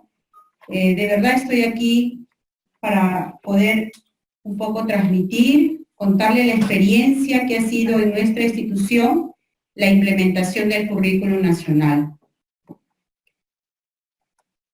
Antes que eso, quiero un poco ubicarnos en el contexto de nuestra institución. Somos una institución que está en el distrito de Santa Rosa, muy alejado del centro de la ciudad. Está ubicado en una zona entre cerros, ¿no? Es todo un arenal. El colegio tiene 20.000 metros cuadrados y las aulas son aulas prefabricadas, algunas de madera, y en medio de eso se ha dado esta implementación del currículum. Las personas que me han precedido ampliamente han descrito los temas en el marco del currículum nacional y nosotros como escuela se ha venido implementando el currículum con una asistencia técnica. Nosotros ahora, dentro de este currículum, ya tenemos una ruta que seguir y sabemos que al término de los niveles y modalidades, los alumnos deben lograr un perfil de egreso. Queremos nosotros y sabemos que vamos a tener personas y alumnos muy valiosos al término de esta educación, ¿no? Teniendo alumnos muy competitivos y que se vayan interrelacionando con nuestra naturaleza. También alumnos que tengan autonomía y manejo pues de todas las TICs. Esto nos lleva de verdad porque estas nuevas tendencias, ¿no?, del siglo XXI nos exigen tener un tipo de alumnos, un perfil de egreso. Pero esto no se podría lograr si no buscamos una escuela que queremos, teniendo a la cabeza un líder pedagógico que son los directores de las instituciones educativas, los cuales vamos a trabajar de manera colegiada con todos los docentes, que esto implica de verdad el trabajo de los docentes con un tiempo alterno a su labor, porque nosotros no se puede hacer esta implementación en las horas de clase. Entonces, de verdad es una demanda grande del maestro de búsqueda de tiempos, de organizarse en sus familias, porque son maestros como nosotros que tienen familias, con una gestión autónoma y además la participación de los padres y madres de familia, involucrarlos en el quehacer de las actividades de sus hijos. También con una participación y una convivencia que se habla mucho hoy en día, ¿no? Una convivencia en las aulas una participación democrática, teniendo alumnos pues, que puedan expresar lo que piensan, sus ideas. Y además, a pesar de estar en el lugar donde yo les contaba, en ese lugar pues con las aulas, con las limitaciones que tenemos, con altas expectativas sobre el aprendizaje.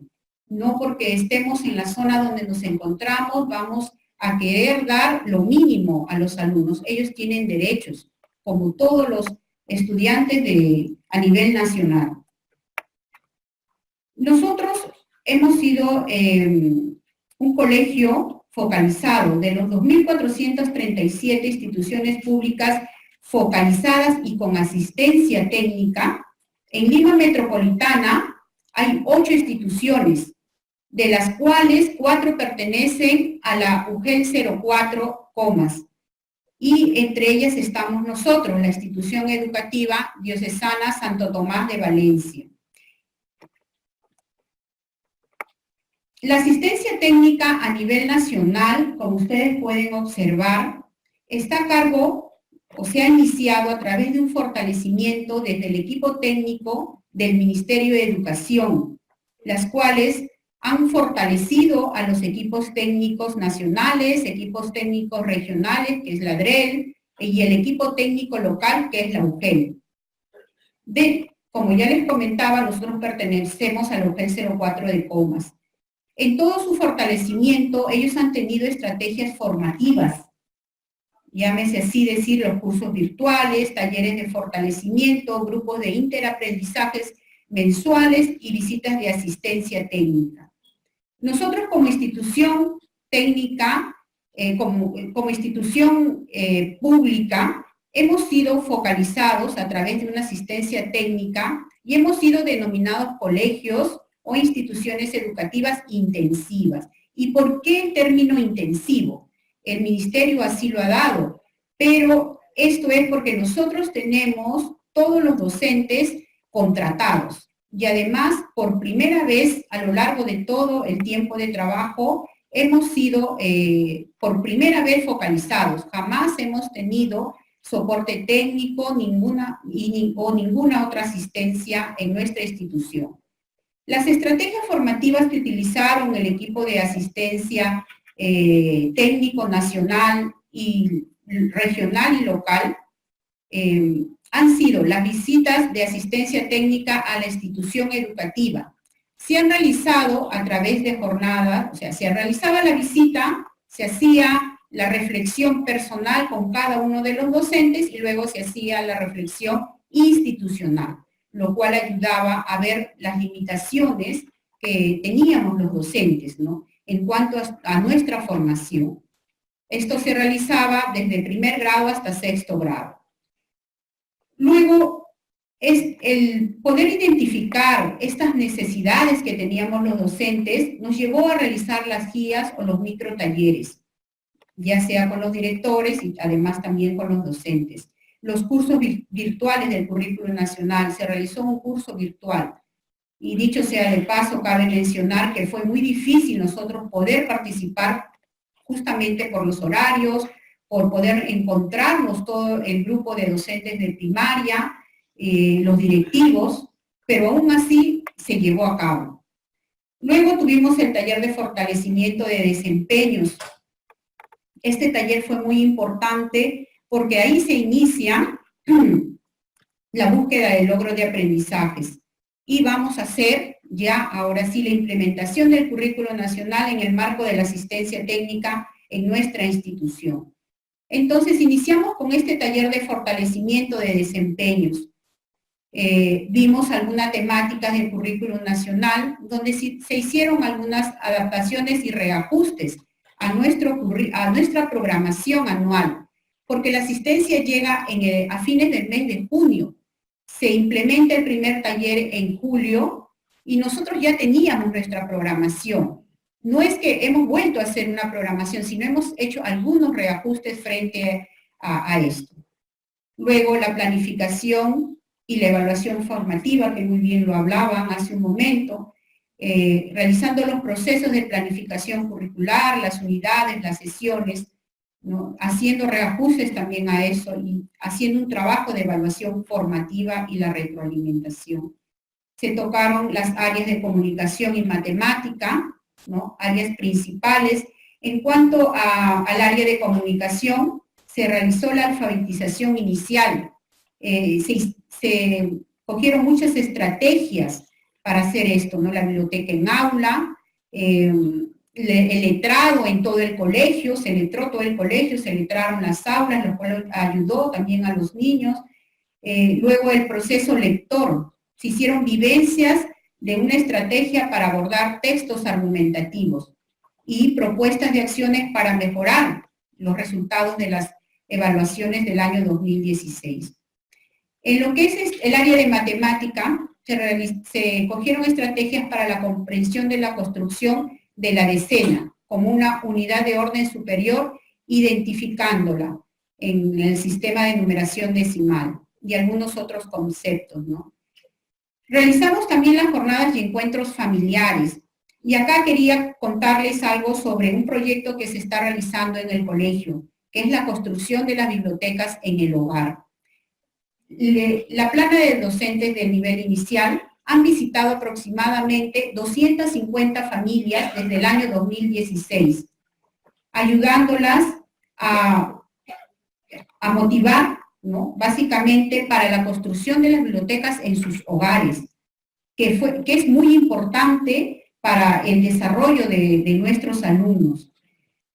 Esas orientaciones que le han dado, primero ha iniciado como una construcción de la biblioteca, luego la implementación de acuerdo a los grados y niveles donde tenían a sus niños en la escuela, y por último se está implementando trabajar con los padres para que ellos puedan aplicar unas ciertas fichas de evaluación. Acá han surgido muchas dificultades, ¿no? Que estamos de una u otra manera nosotros conversando y viendo cómo es que se puede ayudar, porque tenemos muchos padres analfabetos que no leen, no escriben, y cómo podrían aplicar una ficha si no leen. Entonces, eso lo estamos trabajando este año que viene, 2018, vamos a continuar con este proyecto.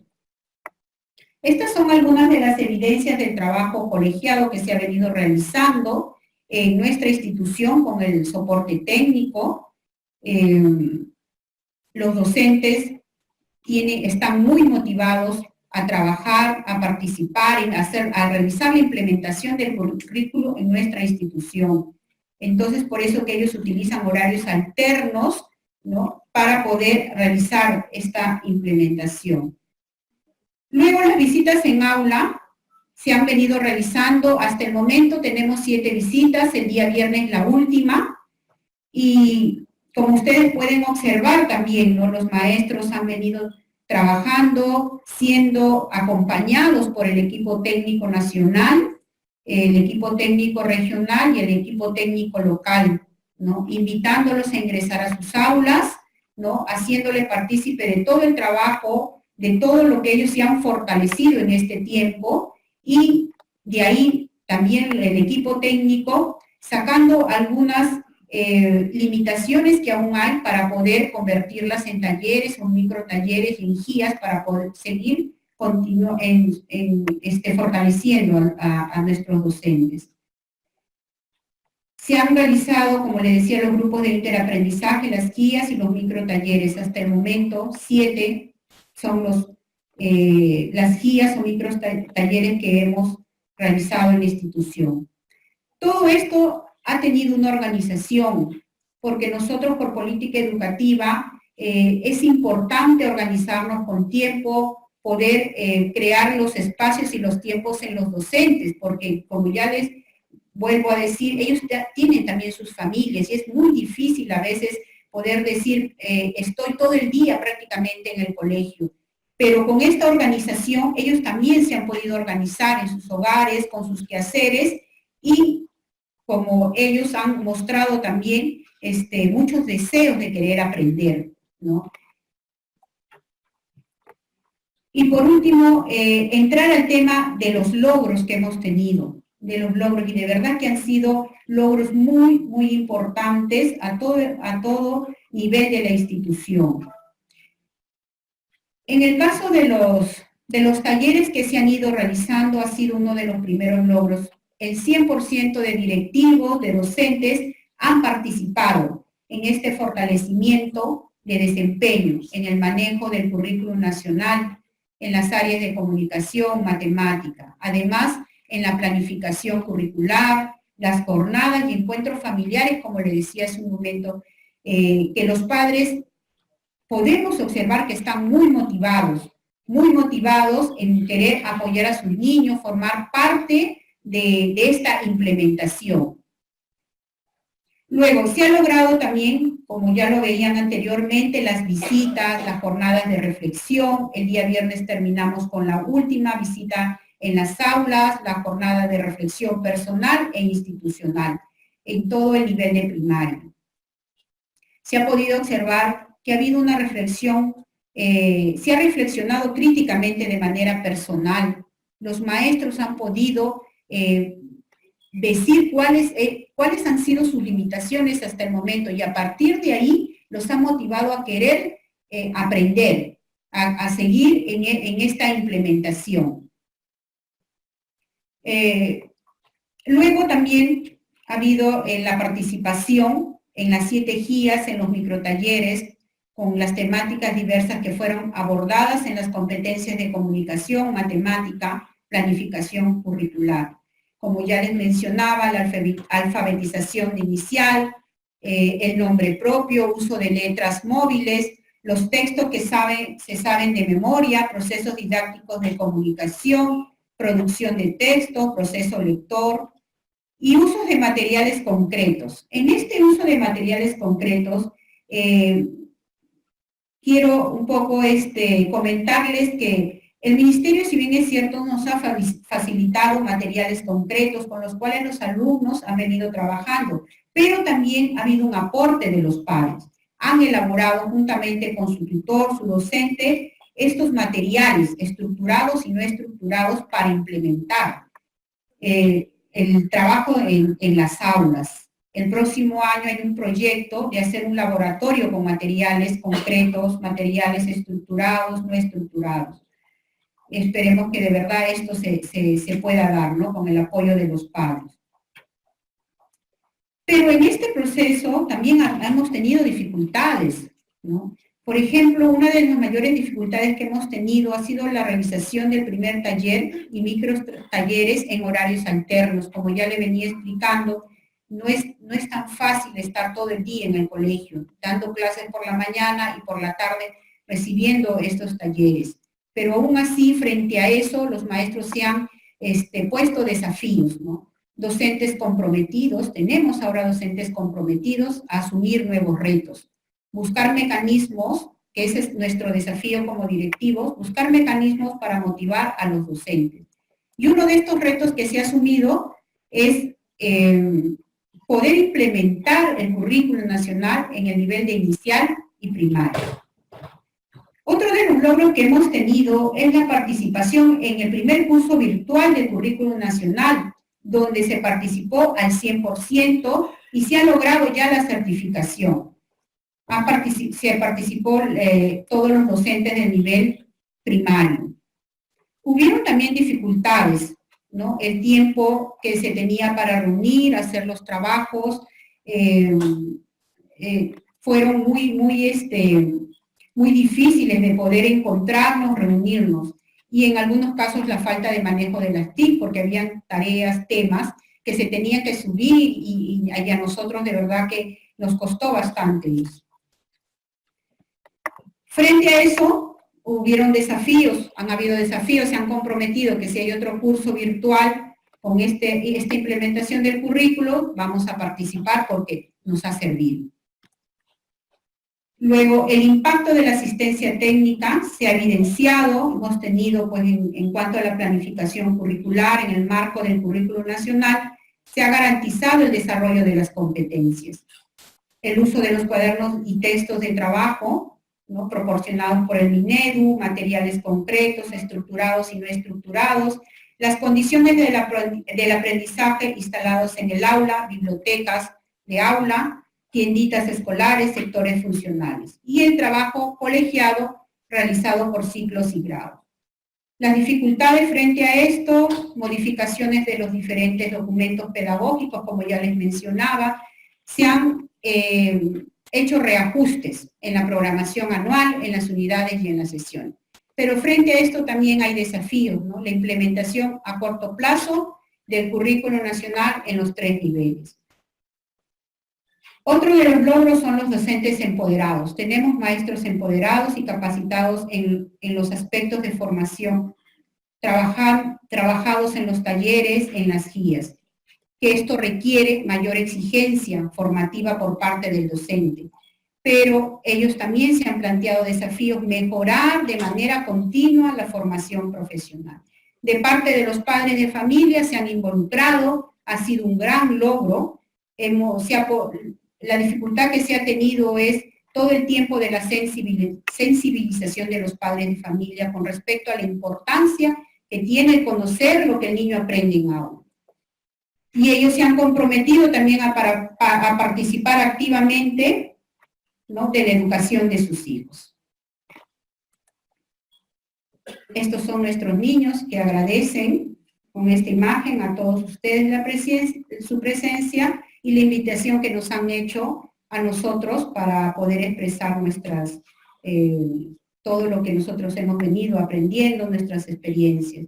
Bueno, este es un anexo que quería mostrar de la evidencia del trabajo que han venido realizando el soporte técnico. Muchas gracias.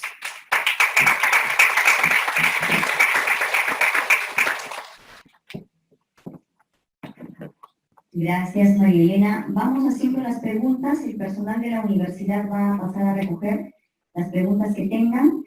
Vamos a invitar ahora primero, si pueden subir el ecran, por favor. Vamos a invitar a subir a Elisa, Jessica, María Elena, y también tenemos como invitada del colegio a la subdirectora, la señorita Liliana Castillo Vihues, que también nos va a apoyar en la respuesta de las preguntas que el público les hace. Bueno, varias preguntas muy interesantes acerca del marco teórico, de la práctica y de algunos otros aspectos que Jessica nos ha estado conversando. Empezamos con Elisa, por favor. Hay una pregunta que dice, ¿de qué manera el currículo nacional permitiría la gestión de la calidad educativa? La razón de ser de una escuela son los niños. ¿Okay? Los niños son la razón de ser de una escuela. Si no hubiera niños, no habría escuela, no habría maestros. Los niños logran aprendizajes y esperamos que logren buenos aprendizajes de calidad. Estamos en una gestión de procesos. Se han hecho mapas de procesos de las organizaciones a nivel de gestión de calidad. Y lo que se espera es que en esa mirada interna del proceso se afinen un conjunto de elementos que permitan garantizar la salida, en este caso, de los estudiantes con aprendizajes esperados. Para lograrlo hay que intervenir en ese proceso. El gestor es aquella persona que ocupa un rol importante porque no solo es visionario acerca de dónde llevar a su organización y al conjunto de maestros, padres y estudiantes, sino este gestor llamado director o líder pedagógico va a tener la gran labor también de asegurar la calidad educativa del servicio que se ofrece. Por tanto, tiene que trabajar en conjunto, en equipo docente, como lo ha compartido la directora. Necesita también el apoyo de las diferentes entidades, Ministerio de Educación, DRE, UGEL, donde se encuentre ubicado el sector, este colegio, también están las municipalidades, las alianzas estratégicas que pueda establecer con los diferentes actores sociales que le permita realmente asegurar. Yo creo que un currículo sí puede permitir encontrarnos con una gestión de calidad, siempre y cuando tenga un líder que realmente cumpla con estas expectativas. Y es por eso que se está lanzando con mucha fuerza esta segunda especialidad de directores, ¿no? Tenemos nosotros, todo Lima Metropolitana, Cayetano Heredia lleva a cabo este proceso formativo, y entonces nos da mucha alegría ver cada vez más empoderados a nuestros directores. Creo que en un trabajo conjunto con los maestros, con la comunidad, vamos a poder sacar adelante. Si bien todavía no se ha dado un salto cualitativo, estamos en ese camino, ¿no? Profesora. La pregunta dice, ¿cómo se piensa implementar el currículo? Escuelas rurales no cuentan ni con la versión digital, pues no tienen internet. Bueno, respecto a esa pregunta, les quisiera compartir nuevamente lo que nuestra directora pues les mencionó durante la ponencia, ¿no? Nuestra institución educativa está ubicada en una zona de extrema pobreza. En la institución educativa tampoco contamos con el servicio de internet ni teléfono. Incluso la señal de algunos operadores telefónicos tampoco llega. Sin embargo, este trabajo exige mayor esfuerzo por parte del docente. Ahora, nosotros para implementar el currículo en nuestra institución educativa, pues no lo hemos hecho solos. Hemos tenido pues la asistencia técnica que ha llegado a nuestra institución educativa, y ahí en la institución educativa, realizando el diagnóstico, las visitas en aula, realizando la reflexión con el docente, luego la reflexión institucional que desencadenaban guías o microtalleres, ha sido lo que nos ha fortalecido a nosotros en nuestra formación. Identificando las necesidades que teníamos, ¿no? En cuanto a formación, se proponían estos talleres, estas guías, que hacían que nosotros podamos despejar dudas y podamos pues regresar a las aulas fortalecidos a realizar pues nuestra labor de manera más apropiada. Entonces, nosotros pues, como les vuelvo a repetir, tampoco contamos con estos servicios, pero sin embargo pues la motivación ha sido grande. ¿Por qué? Porque ha habido una sensibilización inicial antes de iniciar este trabajo de implementación del currículo. Se ha sensibilizado primero al docente respecto a la necesidad de implementar esto, ¿no? Este nuevo currículo, y a partir de ello, pues nosotros nos comprometimos a hacerlo, lo cual no ha sido fácil, ha exigido una mayor tiempo, mayor dedicación por parte de los docentes, pero se ha podido realizar. Y lo vemos ahora en nuestros estudiantes, que son más reflexivos, más críticos, son más competentes, y eso nos complace, es una satisfacción para nosotros. Es lo que puedo responder en cuanto a nuestra experiencia. Les puedo responder en el trabajo que se ha realizado en mi institución educativa. Ahora, respecto a las zonas rurales, a las escuelas alejadas, pues el ministerio también ve eso, ¿no? Tendría que verlo. Lo ha visto en nuestro caso, porque nosotros pues, no hemos tenido nunca una intervención en la institución educativa y ha llegado ahí. Entonces, es lo que puedo responder. Sí, hay 3, 4 preguntas acerca de cómo se trabaja el currículum desde lo intercultural, la discapacidad, los problemas de aprendizaje, la inclusión, que lo estamos dejando para la directora. Bien, la pregunta dice, ¿cómo trabajar el currículum nacional con estudiantes que presentan discapacidad severa y multidiscapacidad leve? Bien. Antes que nada, tenemos que saber, y lo propone el currículum, que todos los alumnos, todos, tienen el mismo derecho.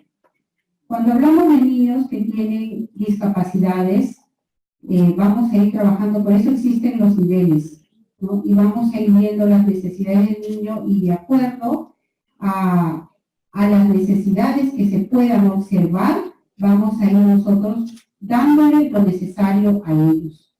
lógico si sabemos que hay niños, pero esto no quita que nosotros dejemos de dar lo necesario, que es lo que indica el currículum nacional. Todos tienen el mismo derecho, todos tienen que aprender todo, pero respetando, ¿no?, sus necesidades. Sí, ahora dejamos a Jessica, que tiene la mayor parte de las preguntas. Bueno, no sé si puedo responder todas, pero voy a tratar. A ver, hay una que me hacen de estándares. A ver, varias cosas, ¿no? Me preguntan si los estándares fueron validados, que son muy complejos, que no se entienden. Bueno, creo que para empezar, creo que los estándares hay que entender como bien la función que tienen en el currículum, ¿no? Hace un rato explicaba que los estándares describen, ¿no es cierto?, la progresión de las competencias, y tienen una, y describen además, su función es describir la progresión de las competencias, pero de una mirada como más holística, ¿no? Como más, esta mirada integradora, holística, ¿no?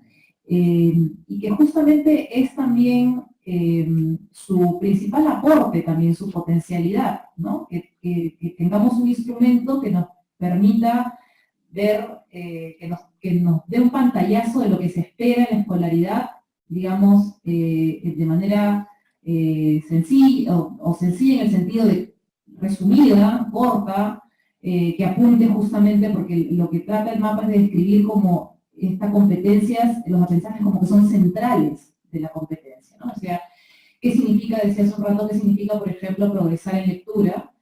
Significa, según el currículum, significa 3 cosas.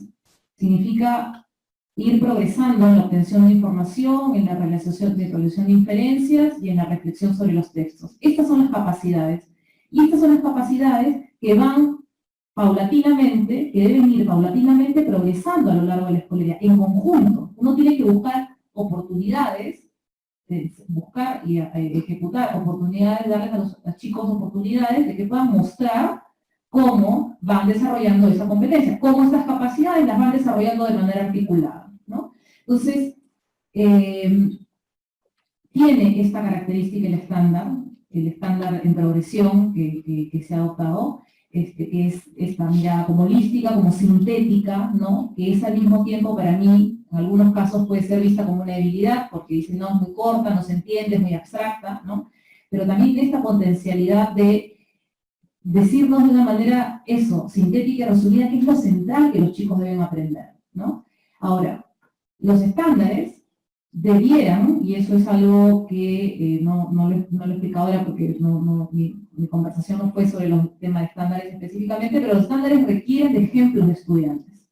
Si ustedes ven unas versiones primeras que se hicieron en el IPEVA al inicio, alguna de ustedes tuvo la oportunidad de ver algún ejemplar de los estándares de sus versiones iniciales, no solamente tenían la descripción de la competencia, sino tenían ejemplos de estudiantes, concretos de estudiantes, cuyo objetivo era justamente eso, mostrar cómo los estudiantes se iban aproximando al desarrollo de las competencias en ejemplos concretos, tareas concretas, ¿no? Y eso fue muy valorado cuando salimos con los estándares a validarlos con docentes, a explicarlos y mostrarlos con docentes y hablar sobre ellos. Los docentes valoraban muchísimo los ejemplos, porque decían, acá vive, o sea, es como el estándar vivía en el ejemplo, y para ellos era claramente mucho más identificar qué tipo, ¿no? Entonces, eso, por X motivos, se ha dejado en el currículo, ¿no? O sea, esos ejemplos no se han incluido en el currículo, pero hay cada vez, además en esos espacios, cada vez yo me doy cuenta más, que es cada vez más importante tener ese material, que es un material que se debiera hacer, construir, y es ahí además donde es el terreno de la construcción más desde abajo hacia arriba, ¿no? O sea, lo que ustedes tienen, en realidad, son como unas hipótesis de progresión de las competencias. Por supuesto, hechas con cierta evidencia, ¿no? Hechas con la evidencia de las pruebas de UMC, ¿no? Hechas con evidencia de literatura internacional, que nos señala cómo en determinadas competencias las personas, los estudiantes van desarrollando estas, en grados de creciente complejidad, estas competencias. Pero lo que nos falta es mirar si realmente eso es así. ¿Cómo eso realmente los chicos, cómo van logrando, cómo van desarrollando esas competencias, cómo van desarrollando esa progresión? Es esa progresión la que los peruanos, los estudiantes peruanos van desarrollando.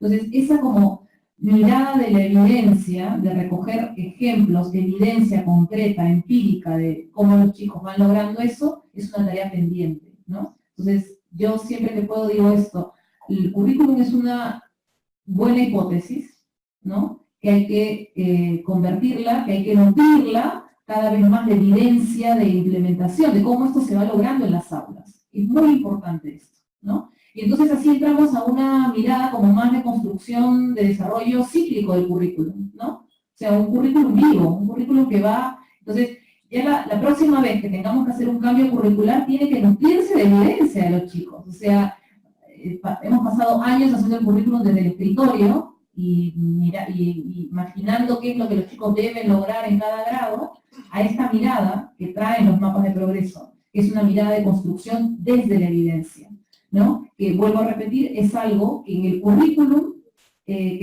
actual, los estándares que tiene el currículum actual, no todos están basados en evidencia, porque es un proceso técnico largo, costoso, ¿no es cierto? Hay que salir a campo, hay que trabajar con las escuelas, hay que trabajar con docentes, hay que recoger la evidencia, hay que analizarla, ¿no? Entonces, es un trabajo que para mí es un trabajo en el tiempo, que va a demorar tiempo, pero hay que meterse en eso, ¿no? Y eso es para mí, una apuesta que debería haber desde el Ministerio de recoger ejemplos, trabajar con la evidencia y mostrar a los docentes ejemplos concretos de estudiantes, de cómo los estudiantes se aproximan a eso. Y eso también va a permitir que sean más sencillos. O sea, ustedes ven que en el sentido de modificar el lenguaje, las modificaciones tienen que hacerse siempre en base a la evidencia. Esa es la lógica que tendría que tener el currículo, ¿no? Luego me dicen, bueno, desafío de la evaluación formativa, dice los colegios, pero a los colegios se les sigue pidiendo, por ejemplo, o sea, muy bien, todo bien con el desafío de la evaluación formativa, pero acá dicen, a los colegios se les sigue pidiendo, por ejemplo, dar un listado de alumnos del tercio superior para el ingreso a la universidad, ¿no? ¿Qué hace el MINER? Bien. Es claramente un problema, pero yo lo respondería de la siguiente manera. La escala de calificación es absolutamente, cambiar las escalas de calificación es absolutamente superficial en el cambio que queremos hacer. O sea, el tema de la escala de calificación no va a modificar las prácticas de evaluación en el aula, no va a modificar nada. Es cierto, ustedes dirán, no, pero bueno, de números a letras, yo estoy acostumbrado a los números. Por ahí no va el cambio que queremos implementar. Es cierto que es sensible, y la escala de calificación no va a desaparecer, y no tiene por qué desaparecer. Es decir, siempre, al final, podemos con una tablita de conversión, convertir las letras a los números y darle a la beca 18, al no sé cuánto, el numerito que quieren. Pero el cambio que se quiere implementar es más profundo. Es que la práctica de la evaluación, el enfoque, el sentido, la cultura de la evaluación cambie. Como lo expliqué hace un rato, eso tiene que ver más con un cambio de fondo, que es la evaluación ya no debe servir más para seleccionar chicos y discriminar entre los que saben y no saben. La evaluación tiene que estar al servicio de la enseñanza, de todos los chicos. Debemos tratar de que todos los chicos avancen, que todos los chicos aprendan. Todos los chicos pueden aprender y deben aprender. La evaluación está al servicio, es una evaluación informativa porque está al servicio de eso, ¿no? Por otro lado, la evaluación debemos enfocarnos en aprender a hacer mejores actividades, mejores propuestas de enseñanza que estén más focalizadas en trabajar, a desarrollar competencias, ¿no es cierto? En trabajar en más habilidades, decíamos hace un rato, más reproductivas, menos memorísticas, más productivas que reproductivas, mejor dicho, memorísticas, ¿no? Entonces, el reto para mí está por ahí, en cambiar el sentido de la evaluación, en hacer que la evaluación obedezca a criterios claros, que cada vez que uno proponga una actividad de evaluación, uno diga, yo con esto estoy tratando de observar esto que dice en el currículum, estoy tratando de observar esto que dice en el estándar, ¿no? Y mi reflexión es, bueno, una vez que hice la actividad con los chicos, bueno, voy a observar lo que los chicos hicieron, voy a inferir qué desempeños hay ahí expuestos, qué me están diciendo los chicos con eso, ¿están llegando al estándar, no están? qué capacidades han desarrollado más que otras, cuál es su nivel nuevamente de desarrollo de la competencia, qué tan lejos o cerca están del estándar. Y entonces, solo entonces, voy a ponerle una calificación. Pero esa calificación va a tener más sentido, porque va a estar anclada en criterios claros, he utilizado instrumentos adecuados, he propuesto actividades más adecuadas, más enfocadas en sacar, permitir que los chicos expongan su competencia, ¿no? Entonces, ese es el cambio. El cambio está en el qué evaluar, que es competencia, y cómo evaluarlas, a través de actividades pertinentes, ancladas en criterios claros, concretos, y más visibles, ¿no? Los chicos tienen que saber qué cosas se espera de ellos, sobre qué lo estoy hablando y sobre qué voy a voy a hacer la valoración de su actividad, de su producto, ¿no? Entonces, ese es el cambio. La escala, yo sí entiendo, porque la escala de calificación es muy sensible para los docentes. Es como para ellos, hemos crecido en eso. Para nosotros la evaluación es la nota. Es punto, es la nota. La nota que está, y el rojo, y el asociado a una serie. Bueno, eso es lo menos importante en el cambio que se quiere hacer, ¿no? Entonces, sí, sería genial que el sistema educativo, en todos sus niveles, tengan una alineación absoluta, ¿no es cierto?, en los cambios. Pero hay algunos requerimientos que probablemente exijan tener décimas de puntaje, tener números y décimas de puntos, etc. Y eso no va a cambiar en mucho tiempo y nuevamente, no tendría por qué cambiar, ¿no? Porque finalmente lo que importa es que la nota tenga un sentido. Que eso que yo le ponga letra, número, color, lo que sea, pero que eso tenga un sentido. Ese es el cambio que queremos. Y luego dice, bueno, un tema que lo voy a, que tiene que ver un poco diría yo, con la tensión que hay sobre los sentidos de la evaluación. Me preguntan, bueno, ¿y por qué el MINEDU sigue impulsando lo del bono escuela, ¿no?, que son resultados de la ESE, que la ESE no evalúa competencias, y por qué siguen una? Y en la misma línea me dicen por qué se permite que se realizan pruebas ESE, que las UGELs exigen que se trabaje en función de las evaluaciones. Bueno, este es un problema como... yo lo que pienso sobre eso es que es una tensión que hay que abordarla. O sea, conversarla y abordarla y decir sí, en efecto. O sea, hay dos sentidos disonantes. Y dicen, bueno, y no se ponen de acuerdo, dirán ustedes en el ministerio, para que... sí, es que la política educativa obedece a un montón de propósitos y tiene un montón de aristas, ¿no? Entonces, en efecto, ¿no?, mientras un ala del ministerio, ¿no?, pedagógica y muy anclada en los aprendizajes, está enfocada en impulsar una evaluación formativa, ¿no es cierto?, y que sabemos que esa es la alternativa para cerrar las brechas, para avanzar en nuestros ideales de equidad y de cierre de brechas, en desigualdad de aprendizaje. Mientras tenemos todo eso, tenemos también políticas, ¿no es cierto?, que tratan de impulsar y que tratan también, ¿no?, que tratan de impulsar el mejoramiento en base a estos mecanismos de incentivos económicos, ¿no? Porque es más fácil tener un numerito y a partir de eso dar los incentivos, ¿no es cierto? Entonces, aquí el punto es, sí, estamos dando dos sentidos que están chocando. Hay dos sentidos, un sentido de la evaluación, que por un lado me está diciendo, la evaluación tiene que estar al servicio del aprendizaje, de la mejora, ¿no? Y por otro lado te estoy diciendo, lo que importa, o sea, la evaluación importa porque porque es una ocasión para repartir premios y castigos, ¿no? Son claramente dos sentidos opuestos, y lo que yo creo es que hay que abordarlos, y excelente, que seamos conscientes de eso, ¿no? Para que defendamos desde nuestras trincheras la necesidad de avanzar cada vez más en evaluación formativa. Yo creo igual que eso es un tema, siempre se ha dicho en el ministerio, y yo creo que es un tema que ya se está resolviendo, el tema del bono y de lo que está detrás, ¿no?, de la lógica de evaluación, del sentido que está detrás. Y justamente por eso, o sea, es como una dinámica perversa, por eso ha sido tan cuestionado el bono escuela, ¿no? Porque claramente, o sea, si te están diciendo que para que den el bono del incentivo económico tienes que tener una nota, un puntaje en la S, claramente voy a querer entrenar a los chicos para ganar el bono económico, ¿no? Y entonces empieza a desencadenar una serie de cuestiones perversas, ¿no? Que van claramente, como ustedes muy bien lo han identificado, van en contra de un sentido formativo de la evaluación, ¿no? En todo caso, el reto es crear incentivos que no estén anclados en eso. O sea, cómo buscamos que los docentes estén igualmente motivados, estén igualmente, ¿no?, enfocados a que los chicos aprendan, ¿no? Sin una necesidad de la zanahoria y el bono económico, ¿no? Yo sé, por supuesto, que pero hay maneras más creativas de pensar solamente incentivos de este tipo, ¿no?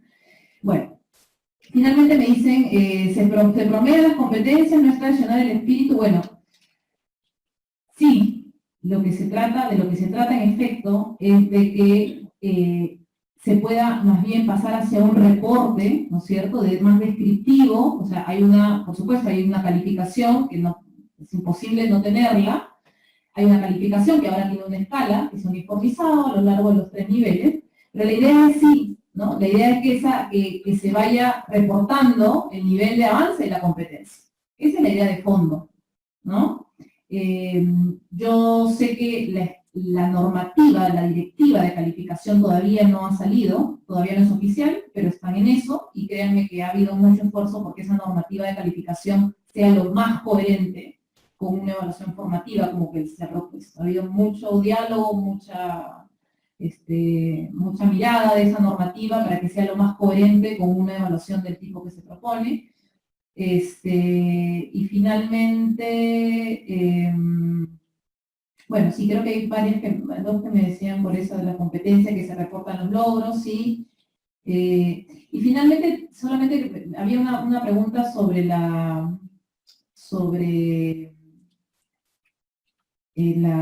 los estándares y los desempeños, ¿no? Hay una idea muy clara, o sea, los estándares son como el norte. Ahí hay que concentrarnos, ¿no? Cuando ustedes dicen, bueno, pero el estándar es por ciclo. Sí, es por ciclo. Y los desempeños son por grado. Los desempeños están alineados a los estándares, ¿no? Entonces, cuando me dicen, bueno, sí, pero entonces el estándar es el final del segundo ciclo, el final del tercer ciclo, del 4, ¿y qué hago entre medio? ¿Qué hago si yo no estoy en el 6º grado, si yo estoy en el 5º grado? La respuesta es muy sencilla. La respuesta es, miras el estándar de fines de sexto y miras para abajo el estándar de cuarto. Entonces estás en el medio. Esa es la respuesta. Ese es el cambio que hay que hacer, el cambio de la mirada, el del aprendizaje que es continuo y que es cíclico. No son pisos que están desconectados, ¿no? No es que yo entrego el currículo de 3.er grado, o en el cuarto te entrego otro currículo y en el quinto no. Si tú me dices, entonces, si tú me das el estándar de fines de tercer ciclo, que es 6º grado, no, segundo grado, el estándar de segundo ciclo, bueno, ¿qué hago en el ciclo intermedio? Bueno, haces entre eso y el de abajo, que es el del medio, ¿no? Y los desempeños, lo que tratan es de darles un poquito más de piso, porque los desempeños están por grado, ¿no es cierto? Tratando de darle un poquito más de piso de algunas herramientas un poquito más finas para que ustedes orienten mejor la enseñanza, ¿no? De qué tienen que hacer. Pero tranquilos que los desempeños están correctamente alineados a los estándares, ¿no? Entonces uno solamente con la mirada del estándar es posible proponer las actividades del día a día, de hacer una reflexión y una interpretación a partir solo de los estándares, ¿no? Bueno, gracias. Gracias, Jessica, Elisa, María Elena, Rosalín. Ha sido un tema muy interesante también a nuestros profesores que nos acompañan en línea. Las últimas preguntas todas han sido casi de ellos. Les agradecemos muchísimo. Por favor, revisen sus carpetas. Allá hay algunos cursos, algunas maestrías que estamos propiciando. Y bueno, es la forma también que nosotros desde la universidad tenemos de servir al país. Muchísimas gracias. Ahorita va a entregar unos presentes para nuestros invitados. Muchísimas gracias por habernos acompañado y todo el tiempo que han tenido que participar. Por favor, por adelante.